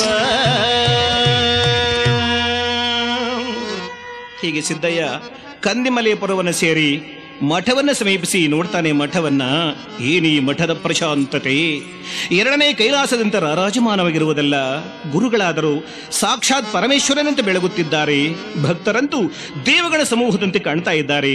ಯೋಗಾನುಷ್ಠಾನ ಮಾಡುವ ಸಾಧಕರು ಸಿದ್ಧಾಸನ, ಸಿಂಹಾಸನ, ಭದ್ರಾಸನ, ಗೋಮುಖಾಸನ, ಸ್ವಸ್ತಿಕಾಸನ, ಪ್ರಮುಖಾಸನ, ಸಮಾಧಿ ಮೊದಲಾದ ಅನುಷ್ಠಾನಕರು ರೇಚಕ, ಪೂರಕ, ಕುಂಭಕ ಪ್ರಾಣಾಯಾಮಾದಿಗಳನ್ನು ಅಭ್ಯಾಸ ಮಾಡ್ತಾ ಆಧಾರ, ಸ್ವಾಧಿಷ್ಠಾನ, ಮಣಿಪೂರಕ, ಅನಾಹತ, ವಿಶುದ್ಧ, ಆಗ್ನೇಯ, ಸಹಸ್ರಾರ ಕಮಲಗಳಲ್ಲಿ 15 ವರ್ಣಗಳನ್ನು ನಿರೀಕ್ಷೆ ಮಾಡ್ತಾ ಅಧಿಷ್ಠಾನ ದೇವತೆಗಳನ್ನ ಜಪ ವಿಧಾನಗಳಿಂದ ಅರ್ಚಿಸುತ್ತಾ ಹೃದಯ ಕಮಲ ಕರ್ಣಿಕಾ ಮಧ್ಯದಲ್ಲಿ ಅಂಗುಷ್ಟ ಮಾತ್ರನಾಗಿ ಬೆಳಗುತ್ತಿರುವ ಪರಮಾತ್ಮನನ್ನ ಧ್ಯಾನ ಮಾಡ್ತಾ ಅದರಿಂದುಂಟಾದ ಆನಂದಾನುಭವವನ್ನು ಅನುಭವಿಸುತ್ತಾ ಸಾಂಖ್ಯ, ತಾರಕ, ಅಮನಸ್ಕಾದಿ ಯೋಗಗಳ ಪರವಶರಾಗಿ ಅಂತರ್ಲಕ್ಷ್ಯ, ಮಧ್ಯರ್ಲಕ್ಷ್ಯ, ಬಾಹ್ಯರ್ಲಕ್ಷ್ಯಗಳನ್ನ ಅವಲೋಕನ ಮಾಡ್ತಾ ಇನ್ನೂ ಅನೇಕ ವಿಧಿ ವಿಧಾನಗಳನ್ನ ಅನುಷ್ಠಾನ ಮಾಡುವ ಭಕ್ತರನ್ನ ಕಂಡು ಬೆರಗಾಗಿ ನಂತರ ಗುರುದೇವರ ಪಾದಗಳ ಬಳಿಗೆ ಬಂದು ಎರಗ್ತಾನೆ.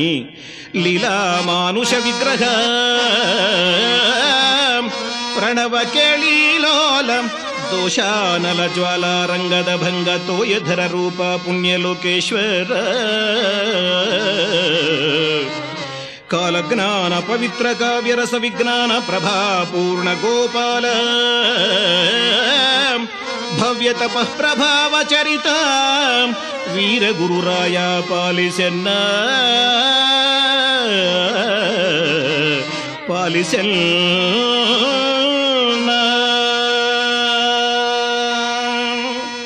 ಹೀಗೆಂದು ಬೇಡ್ತಾನೆ. ಆಗ ಗುರುಗಳ ಆಶೀರ್ವಾದ ಮಾಡ್ತಾ, ಇಷ್ಟಾರ್ಥ ಸಿದ್ಧಿಯಾಗಲಿ ಮಗು, ನೀನಾರೋ ನನ್ನಲ್ಲಿಗೆ ಬಂದ ಕಾರಣವೇನಯ್ಯ ಅಂದರೆ ಅದಕ್ಕೆ ಸಿದ್ದಯ್ಯ. ಗುರುದೇವ, ನನ್ನ ಹೆಸರು ಸಿದ್ದಯ್ಯ ಅಂಥೇಳಿ, ನಾನು ಮಹಮದೀಯ ಕುಲದವನು. ಗುರುವೇ, ಪರಮಾತ್ಮ ಸಾಕ್ಷಾತ್ಕಾರದ ಹಂಬಲದಿಂದ ತಮ್ಮ ಸನ್ನಿಧಿಗೆ ಬಂದಿರುವೆನು ಪ್ರಭು ಅಂದರೆ ಅದಕ್ಕೆ ಗುರುಗಳು, ಏನು ಈ ಎಳೆಯ ವಯಸ್ಸಿನಲ್ಲಿ ಇಷ್ಟೊಂದು ವೈರಾಗ್ಯವೇ? ಕಂಗಳೇ ತೆರೆಯದ ಎಳೆಯ ಕಂದ ನೀನು, ಈ ಬಯಕೆ ಸಲ್ಲದೋ ನಿನಗೆ, ಕಂದರಾಡುವಾಟವೆಂದರಿತೆಯ, ತೆರಳು ನೀ ನಿನ್ನ ಮಂದಿರಕ್ಕೆ ಭರದಿ ಭರದಿ. ಹೀಗೆಂದು ಗುರುಗಳು ಹೇಳಿದರೆ ಅದಕ್ಕೆ ಸಿದ್ದಯ್ಯನು, ಗುರುದೇವ, ಸರ್ವಜ್ಞರಾದ ತಾವೇ ಹೀಗೆಂದ ಮೇಲೆ ನಾನು ಎಲ್ಲಿಗೆ ಹೋಗಲಿ ಪ್ರಭು? ಕರ ಮುಗಿದು ತವ ಚರಣದಿ ಬೇಡುವೆ ಪಾಹಿ ಪಾಹಿ ಎನ್ನುತ್ತ, ಬಿಡೆ ನಿನ್ನ ಪಾದವ ಕರುಣದಿ ಪೊರೆಯನ್ನ ವೀರಗುರುವೇ.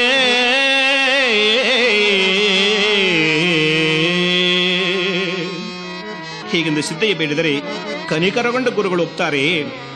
ನೋಡು ಮಗು, ಆತ್ಮದರ್ಶನ ಪಡೆಯುವ ಇಚ್ಛೆಯುಳ್ಳವರು ಈ ಕೆಲವು ನಿಯಮಗಳನ್ನು ಕಡ್ಡಾಯವಾಗಿ ಪಾಲಿಸಬೇಕೆಂದು ಹೇಳ್ತಾರೆ. ಈ ಗುರು ಶಿಷ್ಯರ ಸಂಬಂಧ ಮಹತ್ತರವಾದ್ದು. ಗುರುವಿನ ಬಳಿ ಕಲಿತಿದ್ದೆಂದೇ ಉಪನಿಷತ್ತಿಗೆ ಅರ್ಥ ಕೂಡ. ಆಧ್ಯಾತ್ಮ ವಿದ್ಯೆಯಂತಹ ವಿದ್ಯೆಯನ್ನು ಕಲಿಯಬೇಕಾದರೆ ಗುರು ಶಿಷ್ಯರ ಸಂಬಂಧ ಅತಿ ಮುಖ್ಯ ಹಾಗೂ ಪವಿತ್ರವಾದ್ದು. ಗುರುವು ತನ್ನ ಸಾಕ್ಷಾತ್ಕಾರದ ಶಕ್ತಿಯನ್ನೇ ದಾನ ಮಾಡ್ತಾನೆ. ಗುರು ಶಿಷ್ಯರ ಈ ಪವಿತ್ರವಾದ ಸಂಬಂಧದಿಂದಲೇ ಇಂತಹ ಶ್ರೇಷ್ಠವಾದ ಜ್ಞಾನ ಪ್ರಪಂಚಕ್ಕೆ ಬಂದು ನಮ್ಮವರೆಗೆ ಅದು ಉಳಿದು ಬರಲು ಸಾಧ್ಯವಾಯಿತು. ಗುರು ಸ್ವಂತ ಮಗನಿಗಿಂತಲೂ ಶಿಷ್ಯನನ್ನೇ ಹೆಚ್ಚಾಗಿ ತಿಳಿಯುತ್ತಾನೆ. ನಮ್ಮ ಧ್ಯೇಯಾದರ್ಶಗಳಿಗೆ ಹಕ್ಕುದಾರನಾಗ್ತಾನೆ ಇವನು. ಗುರುವು ತಾನು ಕಲಿತ ವಿದ್ಯೆ ಮಾನವ ಕೋಟಿಯ ಕಲ್ಯಾಣಕ್ಕಾಗಿ ಎಂದೆಂದಿಗೂ ಇರಬೇಕೆಂದು ಬಯಸುತ್ತಾನೆ. ಹಾಗಾಗಬೇಕಾಗಿದ್ದರೆ ಯೋಗ್ಯನಾದ ಶಿಷ್ಯನಿಂದ ಮಾತ್ರ ಅದು ಸಾಧ್ಯ. ಏಕೆಂದರೆ ತಾನು ಕಲಿಯುವುದು ಅರ್ಧ ಮಾತ್ರ, ಅದು ಪೂರ್ಣವಾಗೋದು ಅದನ್ನು ಯೋಗ್ಯನಾದ ಶಿಷ್ಯನಿಗೆ ಧಾರೆ ಎರೆದಾಗ ಮಾತ್ರ. ಅದರಲ್ಲೂ ಆಧ್ಯಾತ್ಮ ವಿದ್ಯೆಯನ್ನು ಕೊಡಬೇಕಾದರೆ ಸ್ವೀಕಾರ ಮಾಡುವನು ಯೋಗ್ಯನಾಗಿರಬೇಕು. ಅಯೋಗ್ಯನಾದರೆ ಆ ವಿದ್ಯೆ ನಾಶವಾಗುತ್ತದೆ. ಮಾತ್ರವಲ್ಲ, ತಾನೂ ಕೆಟ್ಟು ಇತರರನ್ನು ಕೆಡಿಸುತ್ತಾನೆ. ಯಾರಿಗೆ ನಾವು ಪರಮ ಸತ್ಯವನ್ನು ಕೊಡುತ್ತೇವೆಯೋ ಅದು ವ್ಯರ್ಥವಾಗದಂತೆ ನೋಡಿಕೊಳ್ಳುವುದು ಗುರುವಿನ ಜವಾಬ್ದಾರಿಯೂ ಕೂಡ. ಅದಕ್ಕಾಗಿ ಗುರುವು ಶಿಷ್ಯನನ್ನ ಹಲವು ವಿಧದಲ್ಲಿ ಪರೀಕ್ಷೆ ಮಾಡ್ತಾನೆ. ಅಂತೆಯೇ ವೀರಬ್ರಹ್ಮೇಂದ್ರರು, ನೋಡು ಮಗು, ಆತ್ಮವು ಸರ್ವಭೂತಾನಿ ಅಹಿಂಸೋ ಪರಮೋ ಧರ್ಮ ಪರದ್ರವ್ಯಾಣಿ ಲೋಷ್ಟವತ್ ಅಲ್ಲದೆ ಅವರದೇ ಒಂದು ವಚನ, ಅಂದರಿನಿ ತಲ್ಲಿಗ ಆತ್ಮಲೋದಲಚಿನ ಸಂದೇಹ ಮನೆ ತೆಗುಲು ಚಚ್ಚಿತು, ತೆಗುಲು ಚಚ್ಚಿನ ವೆನುಕ ದೇವುಡು ತನಯ ಕಾಳಿಕಾಂಬ ಹಂಸ ಕಾಳಿಕಾಂಬ. ಹೀಗೆ ಗುರುಗಳು ಹೇಳಲು ಸಿದ್ದಯ್ಯನು ಗುರುದೇವ ತಮ್ಮ ಆಜ್ಞೆಯೆಂದು ಒಪ್ಪುತ್ತಾನೆ. ಗುರುದೇವರು ಅಂದಿನಿಂದಲೇ ಶಿಷ್ಯನನ್ನಾಗಿ ಅಂಗೀಕರಿಸುತ್ತಾರೆ. ಇದನ್ನು ತಿಳಿದ ಗುರುಗಳ ಮಕ್ಕಳಾದ ಗೋವಿಂದಯಾಚಾರ್ಯ ಪೋತಲೂರಯ್ಯನವರು ಕೂಪಿತರಾಗಿ, ಮಹಮ್ಮದೀಯನನ್ನ ಶಿಷ್ಯನನ್ನಾಗಿ ಮಾಡಿಕೊಂಡರಲ್ಲ ನಮ್ಮ ತಂದೆಯವರು ಎಂದು ಸಿದ್ದಯ್ಯನ ಬಳಿ ಬಂದು, ಏಲವೋ ಮೂರ್ಖ, ಮಹಮ್ಮದೀಯನಾದ ನೀನು ನಮ್ಮ ತಂದೆಯವರಲ್ಲಿ ಬ್ರಹ್ಮವಿಧಿ ಕಲಿಯುವಿಯಾ? ಅದೆಂದಿಗೂ ಸಾಧ್ಯವಿಲ್ಲ. ಇಲ್ಲಿ ನಿಲ್ಲಲು ನಿನ್ನನ್ನು ಬಿಡೋದಿಲ್ಲ. ತೊಲಗ ಚೆಯ್ಯಲು ನೀಚ ಬಲು ಬೇಗನೆ, ತೊಲಗ ಚೆಯ್ಯಲು ನೀಚ ಬಲು ಬೇಗನೆ, ನಿಲ್ಲದಿರು ನೀನಿಲ್ಲಿ ಎಲು ಮರುಳನೆ, ಎಲು ಮರುಳನೆ. ಪರಮನೀಚನು ನೀನು ಶಿವಯೋಗ ನಿನಗೇಕೋ, ಪರಮನೀಚನು ನೀನು ಶಿವಯೋಗ ನಿನಗೇಕೋ. ಮರು ಮಾತನಾಡದೆ ಹೊರಡೆಲವ ಮೂಢ, ಹೊರಡೆಲವ ಮೂಢ. ಮೂರ್ಖ, ಮೊದಲು ಇಲ್ಲಿಂದ ತೊಲಗು, ಇಲ್ಲದಿದ್ದರೆ ನಿನ್ನ ಶರವನ್ನು ಹಿಡಿದು ಹೊರಗೆ ಹಾಕ್ತೇವೆ ಎಂದು ಅಪ್ಪರಿಸುತ್ತಾ ಅವನ ಮೇಲೆ ಎರಗುತ್ತಾರೆ. ಕಂಡ ಗುರುಗಳು ಅಲ್ಲಿಗೆ ಬಂದು ಮಕ್ಕಳನ್ನು ತಡೆದು, ಕುಮಾರರೇ, ಎಲ್ಲವನ್ನ ಬಲ್ಲ ನೀವೇ ಇಂತಹ ನೀಚ ಕಾರ್ಯಕ್ಕೆ ಕೈ ಹಾಕುವುದು ತರವಲ್ಲ. ಆ ಜಾತಿ ಈ ಜಾತಿ ಎಂದು ಭೇದ ಮಾಡಬಾರದು. ಹಿಂದೂ ಮುಸಲ್ಮಾನರು ಸೋದರರಂತಿರಬೇಕಯ್ಯ ಎಂದು ಬುದ್ಧಿವಾದ ಹೇಳ್ತಾರೆ. ಮೌನೇಶ್ವರರ ವಚನವೊಂದು ನೆನಪಾಯಿತು ಇಲ್ಲಿ. ಹಿಂದೂ ಮುಸಲ್ಮಾನರಿಗೆ ಚಂದಿರನೊಬ್ಬನೇ,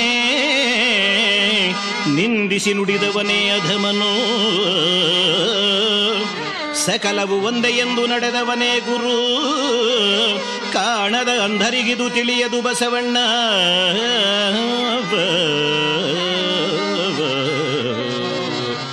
ಕನಕದಾಸರು ಹೇಳ್ತಾರೆ, ಕುಲ ಕುಲ ಕುಲವೆನ್ನುತಿಹರು, ಕುಲವ್ಯಾವುದು ಸತ್ಯ ಸುಖವುಳ್ಳ ಜನರಿಗೆ. ಮೃಗಗಳ ಮೈಯಳು ಹುಟ್ಟಿದ ಕಸ್ತೂರಿಯ ತೆಗೆದು ಕೂಸುವರು ಭೂಸುರರು.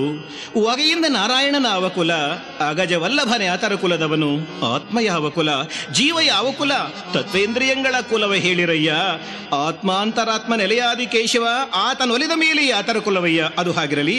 ಕಥಾಭಾಗದಲ್ಲಿ ಗುರುಗಳು ಹೇಳ್ತಾರೆ, ಮಕ್ಕಳೇ ನಿಮ್ಮ ನಡೆದ ಸರಿಯಲ್ಲ ಅಂಥೇಳಿ. ಮಕ್ಕಳು ತಮ್ಮ ತಪ್ಪಿಗೆ ತಂದೆಯವರಲ್ಲಿ ಕ್ಷಮೆಯಾಚಿಸಿ ಹೊರಟು ಹೋಗ್ತಾರೆ. ನಂತರ ಗುರುಗಳ ಸಿದ್ದಯ್ಯನನ್ನ ಸಮಾಧಾನಗೈದು ಆಧ್ಯಾತ್ಮ ವಿದ್ಯೆಯನ್ನು ಉಪದೇಶ ಮಾಡ್ತಾರೆ. ಹೀಗೆ ಕೆಲಕಾಲ ಕಳೆಯುವ ಶಿಷ್ಯರ ಸಹಿತ ಸಂಚಾರ ಹೊರಡ್ತಾರೆ. ಸಂಚಾರ ಹೊರಟು ಅಜ್ಞಾನಿ ಜನರಿಗೆ ಬೋಧಿಸಿದರು ಸುಜ್ಞಾನ, ಪರಹಿಂಸಾಚಾರ ಬಲಿ ವಿಧಿ ವಿಧಾನಗಳ ತೊಡೆದು ಹಾಕಿದರು ಬೇಗ. ಮತಭೇದವಿರದ ಸನ್ಮತಿಯ ಬೋಧಿಸಿದ ಗತಿಯ ತೋರಿದರು ಮರ್ತ್ಯರಿಗೆ. ಜಗದೊಳಿರುವ ಜನರೆಲ್ಲ ಬಂದೆ ಎಂದೆನುತ ಬೋಧಿಸಿದರು, ಎಂದೆನುತ ಬೋಧಿಸಿದರು. ಹೀಗೆ ಸಂಚಾರ ಮಾಡುತ್ತಾ ನಂದ್ಯಾಲ ಬಳಿ ಇರುವ ದಿಗುಮೆಟ್ಟ ಎಂಬ ಗ್ರಾಮಕ್ಕೆ ಬಂದು ಲೋಹ ಕರಗುತ್ತಿದ್ದ ವಿಶ್ವಕರ್ಮನಲ್ಲಿ, ಅಯ್ಯ ದಾಹ ಹೆಚ್ಚಾಗಿದೆ, ಸ್ವಲ್ಪ ಕುಡಿಯೋಕೆ ತಣ್ಣಗಿರುವ ನೀರನ್ನು ಕೊಡು. ಹೀಗೆ ಕೇಳಿದರೆ ಆ ಮೂರ್ಖ ವಿಶ್ವಕರ್ಮ, ಅಯ್ಯ ವೇಷಧಾರಿ ಗುರುಗಳೇ, ತಮ್ಮಂತಹ ಯೋಗಿ ಪುಂಗವರಿಗೆ ತಣ್ಣಗಿರುವ ನೀರು, ಕುದಿಯುವ ಲೋಹರಸ ಈ ಎರಡೂ ಒಂದೇ ಅಲ್ವೇ? ತಾವು ಸರ್ವಸಮರು. ಆದ್ದರಿಂದ ಈ ಕುಲುಮೆಯಲ್ಲಿ ಕರಗುತ್ತಿರುವ ಲೋಹರಸವನ್ನೇ ಕುಡಿದು ತಮ್ಮ ದಾಹವನ್ನ ಶಮನ ಮಾಡಿಕೊಳ್ಳಬಹುದಲ್ಲ ಎಂದು ವ್ಯಂಗ್ಯವಾಗಿ ಹೇಳಿದರೆ, ಗುರುಗಳು ತಮ್ಮಲ್ಲಿ ಅಂದ್ಕೊಳ್ತಾರೆ, ಭಲೆ ದಾಹ ಶಮನಕ್ಕಾಗಿ ತಂಪಾಗಿರುವ ಗಂಗಾಜಲವನ್ನು ಕುಡಿಯಲು ಕೊಡೆಂದರೆ ಕುದಿಯುವ ಲೋಹರಸವನ್ನ ಕುಡಿಯೆಂದು ಕೊಡುವ ಹೃದಯಹೀನರು ಈ ಜಗತ್ತಿನಲ್ಲಿರುವರೇ. ಅಯ್ಯ ಆ ಲೋಹರಸವನ್ನೇಲಿ ಕೊಡು ಅಂದರೆ ಆ ಅವಿವೇಕಿ ಹಾಗೆ ಕೊಡ್ತಾನೆ. ಗುರುಗಳು ಜಗದಗನೆನ್ನುವ ಲೋಹರಸವನ್ನು ಕುಡಿಯಲೆಂದು ಕೊಡೆ ಗುರುವರಗೆ, ಜಗದಗನೆನ್ನುವ ಲೋಹರಸವನ್ನು ಕುಡಿಯಲೆಂದು ಕೊಡೆ ಗುರುವರಗೆ. ಜಲದಂತೆ ಘಟಘಟನೆ ಕುಡಿದು ಮುಗಿಸಿದರು ವೀರ ಗುರುಗಳಾಗ, ವೀರ ಗುರುಗಳಾಗ. ಹೀಗೆ ಆ ಕುದಿಯುವ ಲೋಹರಸವನ್ನೇ ಕುಡಿದು ತಮ್ಮ ತಪೋಶಕ್ತಿಯಿಂದ ಜೀರ್ಣ ಮಾಡಿಕೊಳ್ತಾರೆ. ಹಾಗೂ ಆ ಅವಿವೇಕಿಯ ಒಳಕಣ್ಣನ್ನು ತೆರೆಯಿಸುತ್ತಾರೆ. ಆತ ತಪ್ಪನ್ನರಿತು ಶರಣಾಗಿ ಉದ್ಧಾರವಾಗ್ತಾನೆ. ಅಲ್ಲಿಂದ ಹೊರಟು ನಂದ್ಯಾಲಕ್ಕೆ ಬಂದು ಶ್ರೀಮಂತರಾದ ವಿಶ್ವಕರ್ಮರಲ್ಲಿ ಭೋಜನ ಕೇಳಿದರೆ ಅವರು, ಎಲೆ ಮಹನೀಯರೇ, ಒಂದು ಖಂಡುಗದ ಅಕ್ಕಿ ಅನ್ನವನ್ನ ಬೇಯಿಸಿ ರಾಶಿ ಹಾಕಿಸುತ್ತೇವೆ, ಬಂದು ತಿಂದು ಹೋಗಿ ಎಂದರೆ ಆ ಖಂಡುಗದ ಅನ್ನದ ರಾಶಿಯನ್ನ ಸಿದ್ಧನೊಬ್ಬನಿಂದಲೇ ತಿನ್ನುವಂತೆ ಮಾಡಿ ಅವರ ಅಜ್ಞಾನವನ್ನು ತೊಡೆದು ಹಾಕಿ ಅಲ್ಲಿಂದ ಹೊರಟು ಮಾರ್ಗ ಮಧ್ಯದಲ್ಲಿ ಬ್ರಹ್ಮ ರಾಕ್ಷಸಿಯ ಗರ್ವವನ್ನು ಅಡಗಿಸಿ ಸಿದ್ದಯ್ಯನ ಬಗ್ಗೆ ಅಸೂಯೆ ಪಡುತ್ತಿದ್ದ ಶಿಷ್ಯರಿಗೆ ಸಿದ್ದಯ್ಯನ ಗುರುಭಕ್ತಿಯ ಶಕ್ತಿಯನ್ನು ವಿಶದಪಡಿಸುತ್ತಾರೆ. ನಂತರ ಕಂದಿಮಲೆಯಪುರಕ್ಕೆ ಬಂದು ಸೇರ್ತಾರೆ. ಆ ನಂತರ ಸಿದ್ದಯ್ಯನಿಗೆ ನಮ್ಮ ದೇಹದಲ್ಲಿರುವ 6 ಚಕ್ರಗಳ ಬಗ್ಗೆ ಉಪದೇಶ ಮಾಡ್ತಾ, ನೋಡು ಸಿದ್ದಯ್ಯ, ಈ ದೇಹ 8 ಗೇಣೆತ್ತರ, 4 ಗೇಣು ಸುತ್ತಳತೆ ಇದೆ, 33 ಕೋಟಿ ರೋಮದ್ವಾರಗಳಿವೆ, 1080 ತೊಲೆಯ ಭಾರ ಮಾಂಸವಿದೆ, 120 ತೊಲೆ ರಕ್ತ, 9 ತೊಲೆ ಹೃದಯ, 30 ಮೊಳ ಕರುಳು, 68 ಕೀಲುಗಳು, 72 ಶಲ್ಯಗಳು, 1 ಸಲಿಗೆ ಶ್ಲೇಷ್ಮ, 1 ಸಲಿಗೆ ಇಂದ್ರಿಯ, ಅರ್ಧ ಸಲಿಗೆ ಶ್ಲೇಷ್ಮದಿಂದ ಕೂಡಿದ ಈ ದೇಹ ನವದ್ವಾರಗಳಿಂದಿದೆ. ಇದರೊಳಗೆ 6 ಚಕ್ರಗಳಿವೆ, ಅವುಗಳಿಗೆ ಅಧಿದೇವತೆಗಳಿದ್ದಾರೆಂದು ಅವುಗಳ ಪೂರ್ಣ ವಿವರಗಳನ್ನು ತಿಳಿಸಿದರೆ ಸಿದ್ದಯ್ಯ ಆನಂದ ಪಡ್ತಾನೆ. ಇವರ ಉಪದೇಶವನ್ನ ಮರೆಯಲಿದ್ದು ಕೇಳಿಸಿಕೊಂಡ ಚಮ್ಮಾರ ವೃತ್ತಿಯ ಕಕ್ಕಯ್ಯ, ಏನಪ್ಪಾ ಇದು, ಈ ಬೇಮೇಂದ್ರ ಸ್ವಾಮಿ ಹೇಳೋದು ನಮ್ಮೊಟ್ಟಿಯಾಗೆ ಯಾರ್ಯಾರೋ ದೇವರುಗಳವ್ರಂತ ಹೇಳ್ತಾರೆ, ಇವ್ರ ಮಾತು ದೇವ್ರ ಮಾತು ಅಂತ ಜನ ಹೇಳ್ತಾರೆ. ಹಂಗಾರೆ ನಾ ಮನೆಗೆ ಹೋಗಿ ನನ್ನ ಹೆಂಡತಿ ಮುತ್ತಿನೇ ಕೊಯ್ದು ಅವಳು ಒಟ್ಟಿಯಾಗಿ ಇರೋ ದೇವರುಗಳನ್ನ ನೋಡ್ತೀನಿ, ಆಮೇಲೆ ಆ ದೇವರುಗಳನ್ನೇ ಬೇಡ್ಕೊಂಡು ನನ್ನ ಮುತ್ತಿನ ಬದುಕಿಸ್ಕೊಳ್ತೀನಿ ಅಂಥೇಳಿ ಮುಗ್ಧತನದಿಂದ ಮನೆಗೆ ಬಂದು ನಿದ್ರೆ ಮಾಡುತ್ತಿದ್ದ ಮುತ್ತಮ್ಮನನ್ನೇ ಖಡ್ಗದಿಂದ ಇಬ್ಬಾಗವಾಗಿ ಸಿಲ್ಲಿ ನೋಡ್ತಾನೆ. ಅಜ್ಞಾನಿಯಾದ ಅವನ ಕಣ್ಣುಗಳಿಗೆ ಯಾವುದೇ ಚಕ್ರ ದೇವತೆ ಕಾಣೋಲ್ಲ. ಇದರಿಂದ ಕಂಗಾಲಾಗಿ ಭೀತಿಯಿಂದ ದಿಕ್ಕು ತೋರದೆ ಗುರುಗಳ ಬಳಿ ಬಂದು, ಗುರುದೇವ, ನಾನು ಹೀಗೆ ಮಾಡಿಬಿಟ್ಟೆ, ನನ್ನನ್ನು ಹೇಗಾದ್ರೂ ಮಾಡಿ ಕಾಪಾಡಿ ಪ್ರಭು ಎಂದು ಬೇಡಿದರೆ ಗುರುಗಳು, ಭಲೇ ಕಕ್ಕಯ್ಯ, ಮೆಚ್ಚಿದ ನಿನ್ನ ಭಕ್ತಿಯನ್ನ, ಬಿಡು ನಿನ್ನ ಚಿಂತೆ, ನಿನ್ನ ಪತ್ನಿ ಒಡಲಲ್ಲೇ ತೋರುತ್ತೇನೆ 6 ಚಕ್ರಗಳನ್ನ, ಅಧಿದೇವತೆಗಳನ್ನ ಅಂಥೇಳಿ ಶಿಷ್ಯರೊಡಗೂಡಿ ಕಕ್ಕಯ್ಯನ ಮನೆಗೆ ಬಂದು ತೋರ್ತಾರೆ. ಶಿಷ್ಯರಿಗೆ ತಾತ್ಕಾಲಿಕ ದಿವ್ಯದೃಷ್ಟಿಯನ್ನು ಕೊಟ್ಟು 6 ಚಕ್ರಗಳನ್ನ, ತಿಳಿಯ 4 ದಳದಿ ಆಧಾರ ಚಕ್ರದಲ್ಲಿ ಅಧಿದೇವ ಗಣಪತಿ ಇರುವ ನೋಡಿ. ಅಜನು ಅಧಿದೇವನಾಗಿ 6 ದಳಗಳಿಂದ ಸ್ವಾಧಿಷ್ಠಾನ ಚಕ್ರದಲ್ಲಿ ಬೆಳಗುತ್ತಿರುವ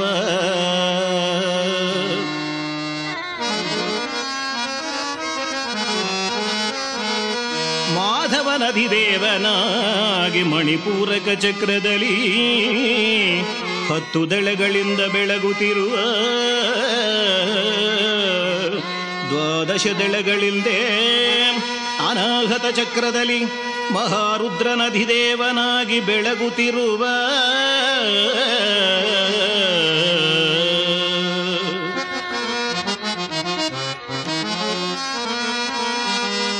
16 ದಳಗಳಿಂದೇ ವಿಶುದ್ಧ ಚಕ್ರದಲ್ಲಿ ಅಧಿದೇವನಾಗಿ ಜೀವೇಶ್ವರನು ಬೆಳಗುತ್ತಿರುವ ಆಗ್ನೇಯ ಚಕ್ರದಲ್ಲಿ 2 ದಳಗಳಿಂದೇ ಅಧಿದೇವನಾಗಿ ಗೌರೀಪತಿ ತಾನು ಬೆಳಗುತ್ತಿರುವ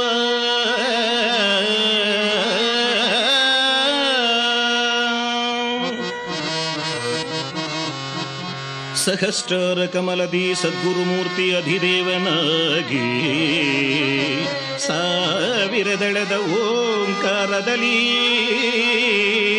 ತಾನು ಬೆಳಗುತ್ತಿರುವ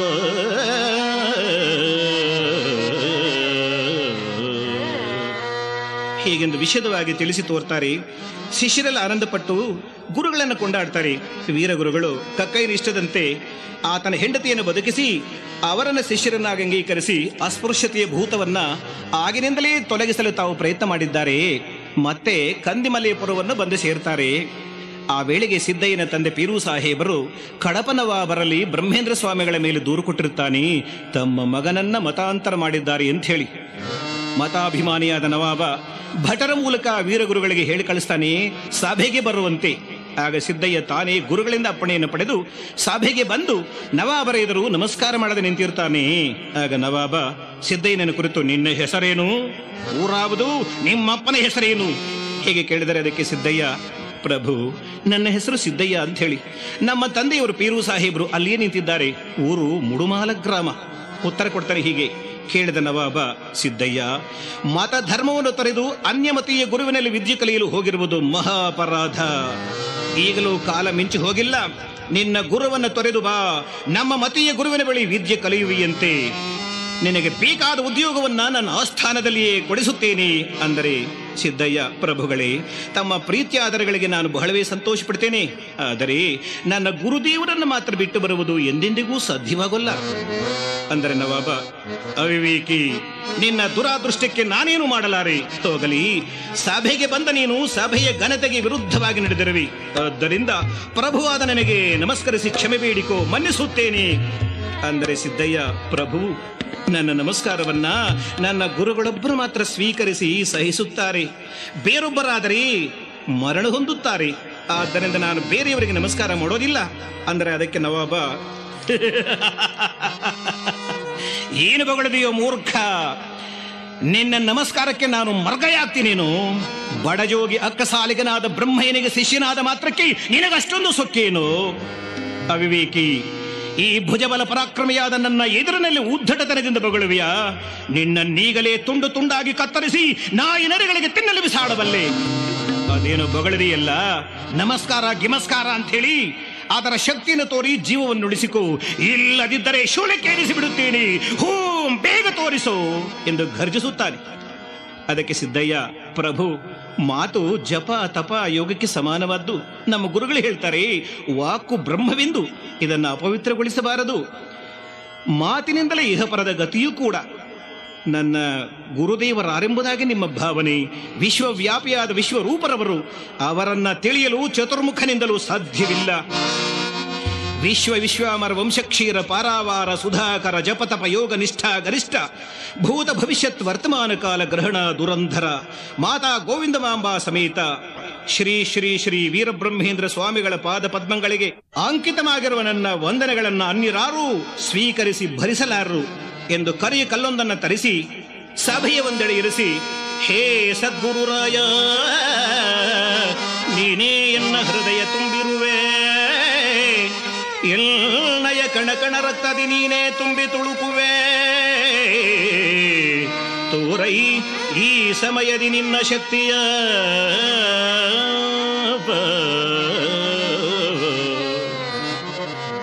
ಹೀಗೆಂದು ಜೈ ಗುರುದೇವ ಎಂದು ತನ್ನ ವಾಮಹಸ್ತದಿಂದ ನಮಸ್ಕಾರ ಮಾಡ್ತಾನೆ. ಕೂಡಲೇ ಆ ಕಠಿಣವಾದ ಶಿಲೆ ಪಡಪಡ ಎನ್ನುತ್ತ ಸಿಡಿಲನಾದದಲ್ಲಿ ಸಿಡಿದೊಡೆಯುವುದು ಶಿಲತನಗ. ಗಡಗಡ ಎನ್ನುತ್ತ ನಡುಗ ತೊಡಗಿದರು ನೆರದ ಸಭಿಕರು ತಾವಾಗ. ನೆರದ ಸಭಿಕರು ತಾವಾಗ.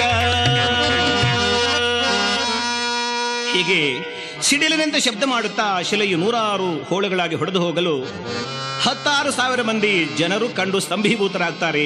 ನವಾಬರು ಪೀಠದಿಂದ ಇಳಿದು ಬಂದು, ಭಲೇ ಸಿದ್ದಯ್ಯ, ಮೆಚ್ಚಿದನಯ್ಯ ನಿನ್ನ ಗುರುಭಕ್ತಿಯನ್ನ ಹಾಗೂ ನಿನ್ನ ಗುರುವಿನ ಅದ್ಭುತ ಶಕ್ತಿಯನ್ನ. ಅಯ್ಯ, ನಿನ್ನನ್ನು ಅರ್ಥ ಮಾಡಿಕೊಳ್ಳದೆ ಅವಿವೇಕತನದಿಂದ ಏನೇನು ಮಾತನಾಡಿಬಿಟ್ಟರವೆ, ನನ್ನನ್ನು ಮನ್ನಿಸು ಮಹನೀಯ ಅಂದರೆ ಸಿದ್ದಯ್ಯ ಹೇಳ್ತಾನೆ, ಪ್ರಭು, ನಾನು ನಿಮಿತ್ತ ಮಾತ್ರನಷ್ಟೇ, ನನ್ನ ಗುರುದೇವರು ತಮ್ಮನ್ನು ಮನ್ನಿಸಿದ್ದಾರೆ. ಅಲ್ಲ, ತಿಳಿದವರ ಮಾತಲ್ಲಿ ಇಷ್ಟೇ ಅಲ್ಲವೇ? ನವಾಬರು ಆ ರಾತ್ರಿ ಸಿದ್ದಯ್ಯನನ್ನಲ್ಲಿ ಇರಿಸಿಕೊಂಡು ಸತ್ಕರಿಸಿ ಆತನಿಂದ ಅಧ್ಯಾತ್ಮ ತತ್ವಗಳನ್ನು ಉಪದೇಶ ಹೊಂದಿ ಮರುದಿನ ಗೌರವಾದರೆಗಳಿಂದ ಬೀಳ್ಕೊಡ್ತಾನೆ. ಮಠಕ್ಕೆ ಬಂದ ಸಿದ್ದಯ್ಯ ನಡೆದ ಘಟನೆಗಳನ್ನ ಗುರುಗಳಿಗೆ ವಿನಂತಿಸುತ್ತಾನೆ. ಗುರುಗಳು ಬಹಳವೇ ಮೆಚ್ಚಿಕೊಳ್ತಾರೆ. ನಂತರ ಗುರು ವೀರಬ್ರಹ್ಮೇಂದ್ರರು ಕಡಪ, ಹೈದರಾಬಾದ್ಗಳಿಗೆ ಭೇಟಿ ಇತ್ತು. ಅಲ್ಲಿನ ನವಾಬರ ಬೇಡಿಕೆಯಂತೆ ನೀರಿನಿಂದ ದೀಪ ಬೆಳಗಿಸಿ ಕುದುರೆಯ ಹೊಟ್ಟೆಯಲ್ಲಿದ್ದ ಮರಿ ಎಂಥದೆಂಬುದನ್ನು ತೋರಿಸಿ ಅವರಿಗೆ ಜ್ಞಾನೋಪದೇಶ ಮಾಡಿ ಹಿಂದೂ ಧರ್ಮದ ಬಗ್ಗೆ ಅವರಲ್ಲಿದ್ದ ಭಿನ್ನಾಭಿಪ್ರಾಯವನ್ನ ತೊಡೆದು ಹಾಕಿ ಎಲ್ಲ ಧರ್ಮ ಒಂದೇ ಎಂಬ ತತ್ವವನ್ನು ಬೋಧಿಸಿ ಎಲ್ಲ ಕೋಮಿನವರನ್ನ ಸೋದರರಂತೆ ನೋಡಬೇಕೆಂದು ವಿಶ್ವ ಮಾನವ ಸೋದರ ಪ್ರೇಮವನ್ನ ಅವರಲ್ಲಿ ಮೂಡಿಸಿ ಹಿಂದಿರುಗಿ ಮಠಕ್ಕೆ ಬರ್ತಾ ಪುಷ್ಪಗಿರಿ ಅಗ್ರಹಾರದಲ್ಲಿ ಬರ್ತಾ ಇದ್ರೆ ಪರಿವಾರದೊಂದಿಗೆ ಸಿದ್ದಯ್ಯ ಹಾಗೂ ಶಿಷ್ಯರು ಗುರುಗಳ ಬಿರುದಾಂಕಿತಗಳನ್ನು ಏರಿದ ಕಂಠದಿಂದ ಶ್ರೀಮನ್ ಮಹಾವೀರ ಬ್ರಹ್ಮೇಂದ್ರ ಯೋಗೀಶ್ವರ ಭಕ್ತ ಮಂದಾರ ದುರ್ವಾರ ದುರ್ದೋಷ ದುರ್ಭಿಕ್ಷ ದೂರ ಎಂದು ಹೊಗಳ್ತಾ ಬರ್ತಾ ಇದ್ರೆ ಕೇಳಿದ ಊರಿನ ಪಂಡಿತ ಶಿಖಾಮಣಿಗಳು ಸಹಿಸಲಾರದೆ ಉರಿದು ಬಿದ್ದು ಪ್ರತಿಭಟಿಸಲು ವಾದ ವಿವಾದಗಳಾಗುತ್ತವೆ. ಗುರುದೇವರ ಸಮರ್ಪಕವಾದ ಸಮಯೋಚಿತವಾದ ಬೋಧನೆಗಳು ಆ ಕುಮತಿಗಳಿಗೆ ಹಿಡಿಸಲಿಲ್ಲ. ಆಗ ಗುರುಗಳು ಎತ್ತಿನ ಗಾಡಿಯಿಂದಿಳಿದು ತಮ್ಮ ತಪೋದೃಷ್ಟಿಯನ್ನ ಒಮ್ಮೆ ಊರಿನ ಕಡೆ ಬೀರ್ತಾರೆ. ಊರೆಲ್ಲ ಅಗ್ನಿಜ್ವಾಲೆಗಳು ಭುಗಿಲೆದ್ದು ಉರಿಯತೊಡಗಲು ಕಂಡ ಊರಿನ ಜನರು ತಮ್ಮ ತಪ್ಪನ್ನರಿತು ಗುರುಗಳಲ್ಲಿ ಕ್ಷಮೆ ಕೇಳ್ತಾರೆ. ಗುರುಗಳಾಗ ಅಗ್ನಿಯನ್ನು ನಿವಾರಿಸಿ ಅನುಗ್ರಹಿಸಲು ಎಲ್ಲರೂ ಸೇರಿ ಬ್ರಹ್ಮ ರಥೋತ್ಸವ ಮಾಡ್ತಾರೆ. ಗುರುದೇವರಿಗೆ ಹಾಗೂ ಶಿಷ್ಯರಾಗಿ ಉದ್ಧಾರವಾಗ್ತಾರೆ. ಅಲ್ಲಿಂದ ಕಂದಿಮಲೆಯಪುರಕ್ಕೆ ಬಂದು ಮಠವನ್ನು ಸೇರ್ತಾರೆ. ಆಮೇಲೆ ಯೋಚನೆ ಮಾಡ್ತಾರೆ, ತಮ್ಮ ಮುಂದಿನ ಅವತಾರಕ್ಕೆ ತಪೋಶಕ್ತಿ ಅಗತ್ಯವಿದೆ ಎಂಥೇಳಿ. ಹಾಗೆ ಅವರ ವಯಸ್ಸು 175 ವರ್ಷ. ಅದಕ್ಕಾಗಿ ಜೀವಂತ ಸಮಾಧಿಯಲ್ಲಿದ್ದು ತಪಸ್ಸು ಮಾಡಬೇಕೆಂದು ನಿರ್ಧರಿಸಿ ತಮ್ಮ ಧರ್ಮಪತ್ನಿ ಗೋವಿಂದಮ್ಮನವರನ್ನು ಕರೆದು ಹೇಳಲು ಅವರು, ಸ್ವಾಮಿ, ನಮ್ಮನ್ನು ಅನಾಥರನ್ನಾಗಿ ಬಿಟ್ಟು ಹೋಗ್ತೀರಾ ಎಂದು ಚಿಂತೆಗೀಡಾದರೆ ಗುರುಗಳು ಅದನ್ನು ಪರಿಹರಿಸಿ ಹಿರಿಯ ಮಗ ಗೋವಿಂದಯ್ಯನನ್ನು ಕರೆದು ಆತನಿಗಿದ್ದ ಸಂಶಯಗಳನ್ನು ನಿವಾರಿಸಿ ಆತನನ್ನು ಸಮರ್ಥನನ್ನಾಗಿ ಮಾಡಿ ಕ್ರಿಸ್ತಶಕ 1594 ಇಸ್ವಿ ವೈಶಾಖ ಶುದ್ಧ ಸಪ್ತಮಿ ಗುರುವಾರ ಮಗನಿಗೆ ಪಟ್ಟಾಭಿಷೇಕ ಮಾಡಲು ನಿಶ್ಚಯಿಸಿ ತಾವು ಮುಂದಿನ ಭಾನುವಾರ ದಶಮಿಯೆಂದು ಮಧ್ಯಾಹ್ನವೇ ಸಮಾಧಿ ಪ್ರವೇಶ ಮಾಡುವುದಾಗಿ ತೀರ್ಮಾನಿಸಿ ಭಕ್ತರಿಗೂ ಬಂಧು ಬಾಂಧವರಿಗೂ ತಿಳಿಯಪಡಿಸಿ ಆ ಶುಭ ದಿನಕ್ಕೆ ಬಂದು ಸೇರಿದ ಭಕ್ತರ ಎದುರಿನಲ್ಲಿ ಮಗನಿಗೆ ಮಠದ ಪಟ್ಟಾಭಿಷೇಕ ಮಾಡಿ ಮುಗಿಸುತ್ತಾರೆ. ಹಾಗೆಯೇ ನೆರೆದ ಭಕ್ತವೃಂದಕ್ಕೆ ತಾವು ಸಮಾಧಿ ಪ್ರವೇಶ ಮಾಡುವ ಸಮಾರಂಭಕ್ಕೆ ಇರುವಂತೆ ಮನವಿ ಮಾಡಿಕೊಳ್ತಾರೆ. ನವಮಿಯ ರಾತ್ರಿ ಸಿದ್ದಯ್ಯನನ್ನು ಕರೆದು, ಸಿದ್ಧ, ನಾಳೆ ನಾನು ಸಮಾಧಿ ಸೇರುವ ಮೊದಲು ಪೂಜೆಗೆ ಹೂಗಳು ಬೇಕು. ನೀನು ಬನಗಾನಹಳ್ಳಿಗೆ ಹೋಗಿ ಅಚ್ಚಮ್ಮನವರ ಹೂತೋಟದಲ್ಲಿರುವ ಹೂಗಳನ್ನು ತರಬೇಕು ಮಗು ಅಂದರೆ ಭಕ್ತಾಗ್ರೇಸರನಾದ ಸಿದ್ದಯ್ಯನು ನಿಶಿರಾತ್ರಿಯಲ್ಲಿ ಹೊರಟು ಬಿಡುತ್ತಾನೆ. ಮರುದಿನ ಬೆಳಗಾದೊಡನೆ ಸಮಾರಂಭ ಪ್ರಾರಂಭವಾಗಿ ಲಕ್ಷಾಂತರ ಮಂದಿ ಭಕ್ತರು ಸೇರಿರ್ತಾರೆ ಕಂದಿಮಲೆಯಪುರದಲ್ಲಿ. ಗುರುಗಳ ಮಧ್ಯಾಹ್ನವಾದೊಡನೆ ಭಕ್ತರ ಕೋರಿಕೆಯಂತೆ ಕಾಲಜ್ಞಾನ ಹೇಳಲು ಮೊದಲು ಮಾಡ್ತಾರೆ.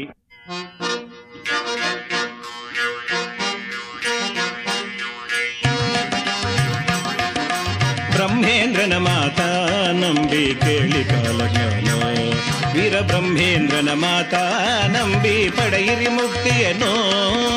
ಬ್ರಹ್ಮೇಂದ್ರನ ಮಾತಾ ನಂಬಿ ಕೇಳಿ ಕಾಲಜ್ಞಾನ, ಶುಭಕರವಾಗಿ ಕಾಲಜ್ಞಾನವಿದು ಚಿತ್ತ ಶುದ್ಧಿಯ ಗೈಯುವುದು. ಜಗದ ಜನರಿಗೆ ಶುಭವ ತರುವುದು, ಜಗವೇ ಅಲ್ಲ ಕಲ್ಲೋಲವಾಗುವುದು. ಬ್ರಹ್ಮೇಂದ್ರನ ಮಾತಾ ನಂಬಿ ಕೇಳಿ ಕಾಲಜ್ಞಾನ, ಬೆಂಡು ಮುಳುಗುವುದು, ಗುಂಡು ತೇಲುವುದು, ಗಿರಿಗಳು ಹಲವು ದಹಿಸುವವು. ಭೂ ಭೂತಗ್ರಹಗಳು ಆರ್ಭಟಗೈವವು, ಭೂಮಿಯು ಗಡಗಡ ನಡುಗುವುದು. ಬ್ರಹ್ಮೇಂದ್ರನ ಮಾತಾ ನಂಬಿ ಕೇಳಿ ಕಾಲಗಾಲ.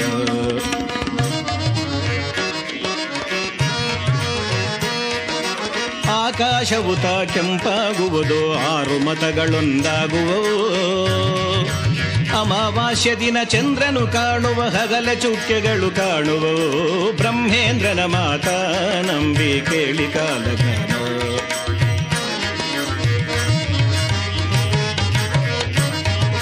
ಹಂಪಿಯೊಳಿರುವ ಹನುಮರಾಯನು ಬೀದಿ ಬೀದಿ ಕೂಗಾಡುವನು.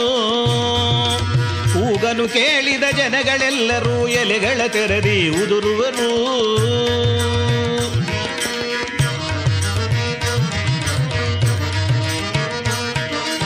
ಒಳ್ಳೆಯದೆಂಬುದು ಕಾಣಲು ಸಿಗದು, ಔಷಧಿಗಾದರೂ ಜನರೊಳಗೆ. ಕಂಚಿ ಕಾಮಾಕ್ಷಿ ಕಳೆಗುಂದುವಳು, ಬೇಕ ಕೋಳಿಯಂತೆ ಕೂಗುವುದು, ಬೇಕ ಕೋಳಿಯಂತೆ ಕೂಗುವುದು. ವ್ಯವಸಾಯ ಮಾಳ್ಪರು ಎತ್ತುಗಳಿರದೆ ನೀರಿನಿಂದ ದೀಪ ಬೆಳಗುವರು.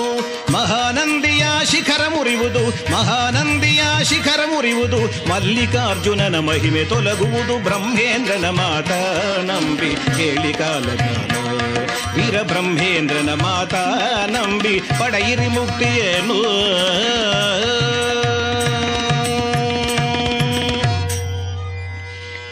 ಹೀಗೆ ಕಾಲಜ್ಞಾನವನ್ನು ಹೇಳಿ, ಭಕ್ತಾದಿಗಳೇ, ನಾನು ಹೇಳಿದ ಈ ಕಾಲಜ್ಞಾನ ಮುಂದೆ ನಾನು ವೀರಭೋಗ ವಸಂತರಾಯನಾಗಿ ಹುಟ್ಟಿ ಬರುವ ವೇಳೆಗೆ ನಡೆದಿರುತ್ತವೆ. ನಾನು ಉಪದೇಶ ಮಾಡಿರುವ ಓಂ ಹ್ರೀಂ ಕ್ಲೀಂ ಶ್ರೀಂ ಶಿವಾಯ ಬ್ರಹ್ಮಣೇ ನಮಃ ಅನ್ನುವ ದ್ವಾದಶಾಕ್ಷರಿ ಮಹಾಮಂತ್ರವನ್ನು ಸದಾ ಶ್ರದ್ಧೆಯಿಂದ ಜಪಿಸುತ್ತಿದ್ದರೆ ಯಾರಿಗೂ ಯಾವ ಭಯ ಇರೋದಿಲ್ಲ. ಅಲ್ಲದೆ ಮಾನವ ಜೀವನ ಅಶಾಶ್ವತವಾದ್ದು. ಉಯ್ಯಾಲೆಯಲ್ಲಿ ಪ್ರಾರಂಭವಾದ ನಮ್ಮ ಜೀವನ ಸ್ಮಶಾನದಲ್ಲಿ ಮುಕ್ತಾಯಗೊಳ್ಳುತ್ತದೆ. ಈ ಜನ್ಮದಲ್ಲಿ ಇದ್ದುಕೊಂಡೇ ಪರಮಾತ್ಮನನ್ನ ಸೇರಲು ಪ್ರಯತ್ನ ಮಾಡಬೇಕು. ಅದಕ್ಕೆ ಪರಮಾತ್ಮನನ್ನೇ ಭಜಿಸಿ ಸಜ್ಜನರೇ, ಪರಮಾತ್ಮನಂ ಭಜಿಸಿ ಪರಗತಿಯನ್ನು ಪಡೆಯಿರಿ. ಪರಮಾತ್ಮನನ್ನೇ ಭಜಿಸಿ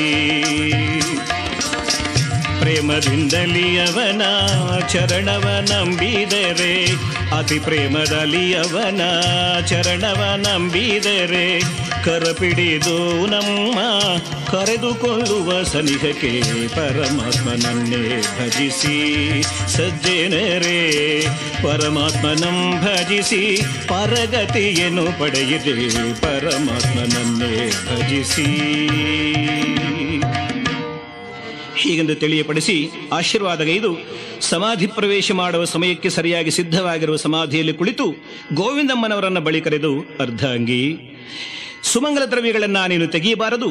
ಈ ಬಗ್ಗೆ ಯಾರಾದರೂ ಆಕ್ಷೇಪ ಮಾಡಿದರೆ ಅವರಿಗೆ ನನ್ನ ಶಾಪವಿದೆ ಎಂದು ತಿಳಿಸಿ ಸಮಾಧಾನಗೈದು ಸಿದ್ಧರಾಗ್ತಾರೆ. ಗೋವಿಂದಯ್ಯ ಪೋತಲೂರಯ್ಯನವರು ಬಂದು ತಂದೆಯವರಲ್ಲಿದ್ದ ಪಾದುಕೆ, ರಜಿತ ದಂಡ, ಮುದ್ರೆಯುಂಗುರ, ಶಿಖಾ ಮುದ್ರಿಕೆ ತಮಗೆ ಬೇಕೆಂದು ಬೇಡಿದರೆ ಅದಕ್ಕೆ ಗುರುಗಳು, ಮಕ್ಕಳೇ, ಅವು ನಿಮ್ಮವಲ್ಲ, ಅವುಗಳ ಮೇಲಿನ ಆಸೆಯನ್ನು ಬಿಡಿರೆಂದು ತಾವು ಸಮಾಧಿಯಲ್ಲಿ ಪದ್ಮಾಸನಾರೂಢರಾಗಿ ಕುಳಿತು ಯೋಗನಿಷ್ಠರಾಗಲು ಅವರ ಅಪ್ಪಣೆಯಂತೆ ಸಮಾಧಿ ಮೇಲೆ ಚಪ್ಪಡಿಯನ್ನ ಭದ್ರವಾಗಿ ಮುಚ್ಚುತ್ತಾರೆ. ಭಕ್ತರೆಲ್ಲರೂ ಕಂಬನಿ ಧಾರೆಯಿಂದ ಶ್ರೀ ಶ್ರೀ ಶ್ರೀ ವೀರಬ್ರಹ್ಮೇಂದ್ರ ಗುರು ಸಾರ್ವಭೌಮ ಜಯ ಜಯವಾಗಲಿ ಎಂದು ತೆರಳುತ್ತಾರೆ. ಇತ್ತ ಕಡೆ ಹೂಗಳಿಗೆಂದು ಕಾಡಿಗೆ ಬಂದಿರುವ ಸಿದ್ದಯ್ಯನಿಗೆ ಗುರುಗಳು ಸಾಧುರೂಪದಲ್ಲಿ ಕಾಣಿಸಿಕೊಂಡು, ಮಗು, ನಿನ್ನ ಗುರುಗಳು ಸಮಾಧಿ ಸೇರಿದರಯ್ಯ, ನನ್ನ ಗಾಯತ್ರಿ ಸಾಕ್ಷಿಯಾಗಿ ಎಂದು ಅದೃಶ್ಯರಾಗ್ತಾರೆ. ಇದರಿಂದ ಕಳವಳಗೊಂಡ ಸಿದ್ದಯ್ಯ ಅತ್ಯಂತ ದುಃಖದಿಂದ, ಅಯ್ಯೋ ಗುರುದೇವ, ನನ್ನನ್ನು ಅರಣ್ಯಕ್ಕೆ ಕಳುಹಿಸಿ ತಾವು ಸಮಾಧಿ ಪ್ರವೇಶ ಮಾಡಿದರ, ಏನೇ ವಿಪರೀತ ಎಂದು ಖಿನ್ನನಾಗಿ, ಗುರುದೇವ, ನೀನಿಷ್ಟು ಅನ್ಯಾಯ ಮಾಡುವೆ ಅಂತ ಹೇಳಿ ನಾನು ತಿಳಿದಿರಲಿಲ್ಲವಲ್ಲ. ನನ್ನ ಸಂಶಯಗಳು ಇನ್ನೂ ಉಳಿದೇ ಇದ್ದವಲ್ಲ, ಅವುಗಳೆಲ್ಲವನ್ನ ನಿನ್ನಿಂದ ಪರಿಹಾರ ಮಾಡಿಕೊಳ್ಳಬೇಕು ಅಂತಿದ್ದೆ. ನನ್ನವರೆಲ್ಲರನ್ನ ತೊರೆದು ನಿನ್ನನ್ನೇ ನನ್ನ ಸರ್ವಸ್ವವೆಂದು ನಂಬಿ ನಿನ್ನ ಪಾದ ಸೇವೆಯನ್ನು ನಿರಂತರ ಗೈಯಲು ಬಂದ ಈ ಪರಮ ಪಾಪಿಗೆ ನಿನ್ನ ಸುಂದರ ಮುಖಾರವಿಂದವನ್ನು ನೋಡುವ ಭಾಗ್ಯವಿಲ್ಲದೆ ಮಾಡಿಬಿಟ್ಟೆಯ ಗುರುವೇ. ಗುರುದೇವ, ನೀನೇ ದಿಕ್ಕೆನಗೆಂದು ನಂಬಿದೆ ಅನಾಥ ಶರಣ್ಯ. ತಂದೆ ತಾಯಿ ಬಂಧು ಬಳಗವೆಲ್ಲವೂ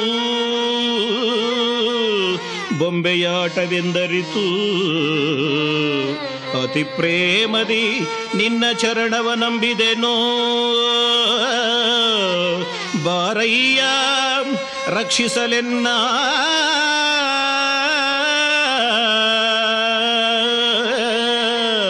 ಬಾರಯ್ಯ ರಕ್ಷಿಸಲೆನ್ನ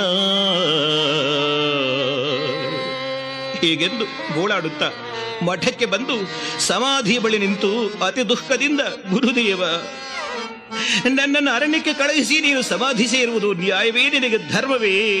ನಿನ್ನನ್ನಗಲಿ ಒಂದು ಕ್ಷಣವಾದರೂ ಬದುಕಿರಲಾರೆ. ನೀನು ಸಮಾಧಿ ಪ್ರವೇಶ ಮಾಡುವ ಶುಭ ಸಮಯವನ್ನು ನೋಡಲಾಗದ ನತದೃಷ್ಟರಾರು.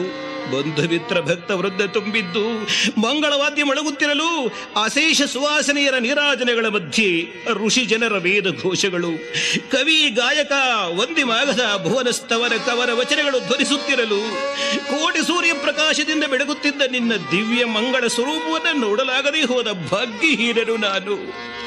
ನಿನ್ನ ಮೃದು ಮಧುರ ಸುಧಾಪೂರಿತ ತರಂಗಗಳಲ್ಲಿ ಬಿಂದು ನಿನ್ನ ಪಾದ ಪದ್ಮಗಳಲ್ಲಿ ಶಿರಬಿಟ್ಟು, ತಂದೆ ಗುರುದೇವ ಭಕ್ತವರದ ಎಂದು ಅನೇಕ ವಿಧದಿಂದ ಕೊಂಡಾಡಿ ನಿನ್ನ ಕೃಪೆಯನ್ನು ಅನುಭವಿಸುವ ಭಾಗ್ಯವನ್ನು ನನಗೆ ಕರುಣಿಸು ಪ್ರಭು.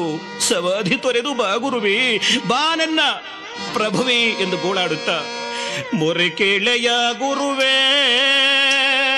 ಶರಣಾಗತ ಪಾಲಕ, ಮೊರೆ ಕೇಳೆಯ ಗುರುವೇ ಶರಣಾಗತ ಪಾಲಕ, ಭವನಾಶನ ಹೇ ಕರುಣಾಘನ, ಆಲಿಸಿ ಮೊರೆಯ ಪಾಲಿಸಯ್ಯ, ಮೊರೆ ಕೇಳೆಯ ಗುರುವೇ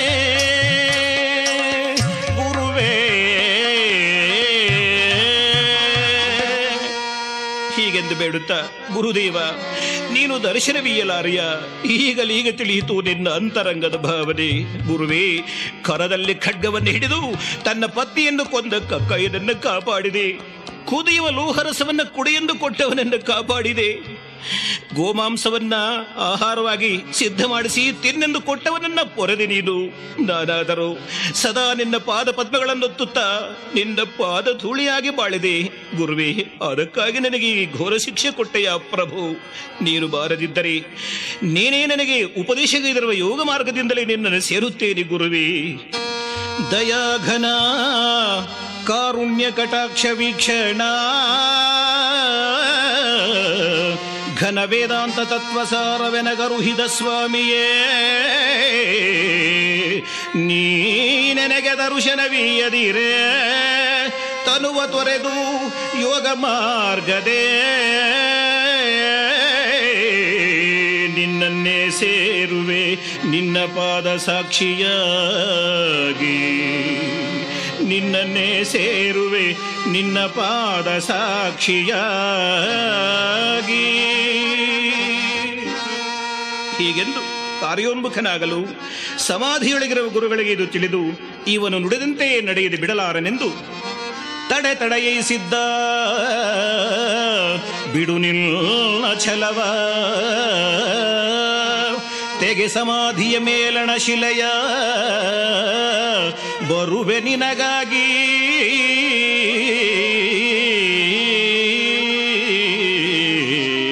ನಿನಗಾಗಿ. ಹೀಗೆಂದು ಸಮಾಧಿಯೊಳಗಿನಿಂದ ಗುರುಗಳು ಹೇಳಿದರೆ ಸಿದ್ದಯ್ಯ ಮೇಲಿದ್ದು ಚಪ್ಪಡಿಯನ್ನು ಪಕ್ಕಕ್ಕೆ ಸರಿಸುತ್ತಾನೆ. ಹೊರಬಂದ ಗುರುಗಳು ಸಿದ್ದಯ್ಯನ ಎಲ್ಲಾ ಸಂಶಯಗಳನ್ನು ನಿವಾರಿಸಿ ಅವನ ಇಚ್ಛೆಯಂತೆ ವಿಶ್ವರೂಪವನ್ನು ತೋರಿ, ಮಗು ನೀನು ನಿಮ್ಮೂರಿಗೆ ಹೋಗಿ ತಂದೆ ತಾಯಿಗಳ ಇಷ್ಟದಂತೆ ಮದುವೆಯಾಗಿ ಗೃಹಸ್ಥನಾಗಿ ಮಕ್ಕಳನ್ನು ಪಡೆದು ನನ್ನಿಂದ ಉಪದೇಶಿಸಲ್ಪಟ್ಟಿರುವ ಕಾಲಜ್ಞಾನವನ್ನ ಆಧ್ಯಾತ್ಮ ತತ್ವಗಳನ್ನು ಜನತೆಗೆ ಬೋಧಿಸಿ ನನ್ನಂತೆ ಅಂತಿಮ ಕಾಲದಲ್ಲಿ ಜೀವ ಸಮಾಧಿ ಸೇರಿ ನಿಜಧಾಮ ಸೇರು ಎಂದು ತಮ್ಮಲ್ಲಿದ್ದ ಪಾದುಕೆ, ಶಿಖಾಮುದ್ರಿಕೆ, ಮುದ್ರೆಯುಂಗರ, ರಜದ ದಂಡವನ್ನು ಕೊಟ್ಟು ಅನುಗ್ರಹಿಸಿ ಮತ್ತೆ ಸಮಾಧಿ ಸೇರುತ್ತಾರೆ. ಸಿದ್ದಯ್ಯ ಚಪ್ಪಡಿಯನ್ನ ಸಮಾಧಿ ಮೇಲೆ ಮುಚ್ಚಿ ಪವಿತ್ರ ವಸ್ತುಗಳ ಸಹಿತ ತನ್ನ ಊರಿಗೆ ಬರುತ್ತಾ ಗುರುವಾಜ್ಞೆಯಂತೆ ಬಾಳನ್ನು ಮುಂದುವರಿಸಿ ಗುರುನಾಮ ಜಪವನ್ನ ಜಪಿಸುತ್ತಾ ಕಾಲಹರಣ ಮಾಡ್ತಾನೆ. ಗುರುವೇ ಶ್ರೀ ವೀರ ಬ್ರಹ್ಮೇಂದ್ರ ಸದ್ಗುರುವರೇಣ್ಯ, ಗುರುವೇ ಶ್ರೀ ವೀರ ಬ್ರಹ್ಮೇಂದ್ರ, ಗುರುವೆ ನಿಲ್ನಯ ಚರಣ ಸ್ಮರಣೆ ನಿರತವು ಗೈಯುವೆನಯ್ಯ, ಗುರುವೆ ನಿಲ್ನಯ ಚರಣ ಸ್ಮರಣೆ ನಿರತವು ಗೈಯುವೆನಯ್ಯ ಪರಮ ಪವನ ಚರಿತ ಪೊರೆಯಯ್ಯ ಕರುಣೆ ತೋರಿ ಗುರುವೇ ಶ್ರೀ ವೀರ ಬ್ರಹ್ಮೇಂದ್ರ ಸದ್ಗುರುವರೇಣ್ಯ ಗುರುವೇ ಶ್ರೀ ವೀರ ಬ್ರಹ್ಮೇಂದ್ರ ಭಕ್ತ ಜನರ ಇಷ್ಟಾರ್ಥಗಳ ಯುಗದಿಂದಲೇ ಕೊಡುವ ಶಿಷ್ಟ ಜನರ ಪ್ರಭು ನೀನಯ್ಯ ನಿಷ್ಠೆಯಿಂದಲೇ ನಿನ್ನಯ ಚರಣ ಸ್ಮರಣೆಯ ಗೈಯುವೆನಯ್ಯ ನಿಷ್ಠೆಯಿಂದಲೇ ಕಷ್ಟಗಳ ಹರಿಸಿ ಶ್ರೇಷ್ಠ ಮೂರುತಿ ಕಾಯೋ ಕಷ್ಟಗಳ ಹರಿಸಿ ಶ್ರೇಷ್ಠ ಮೂರುತಿ ಕಾಯೋ ಗುರುವೇ ಶ್ರೀ ವೀರ ಬ್ರಹ್ಮೇಂದ್ರ ಸದ್ಗುರುವರೇಣ್ಯ ಗುರುವೇ ಶ್ರೀ ವೀರ ಬ್ರಹ್ಮೇಂದ್ರ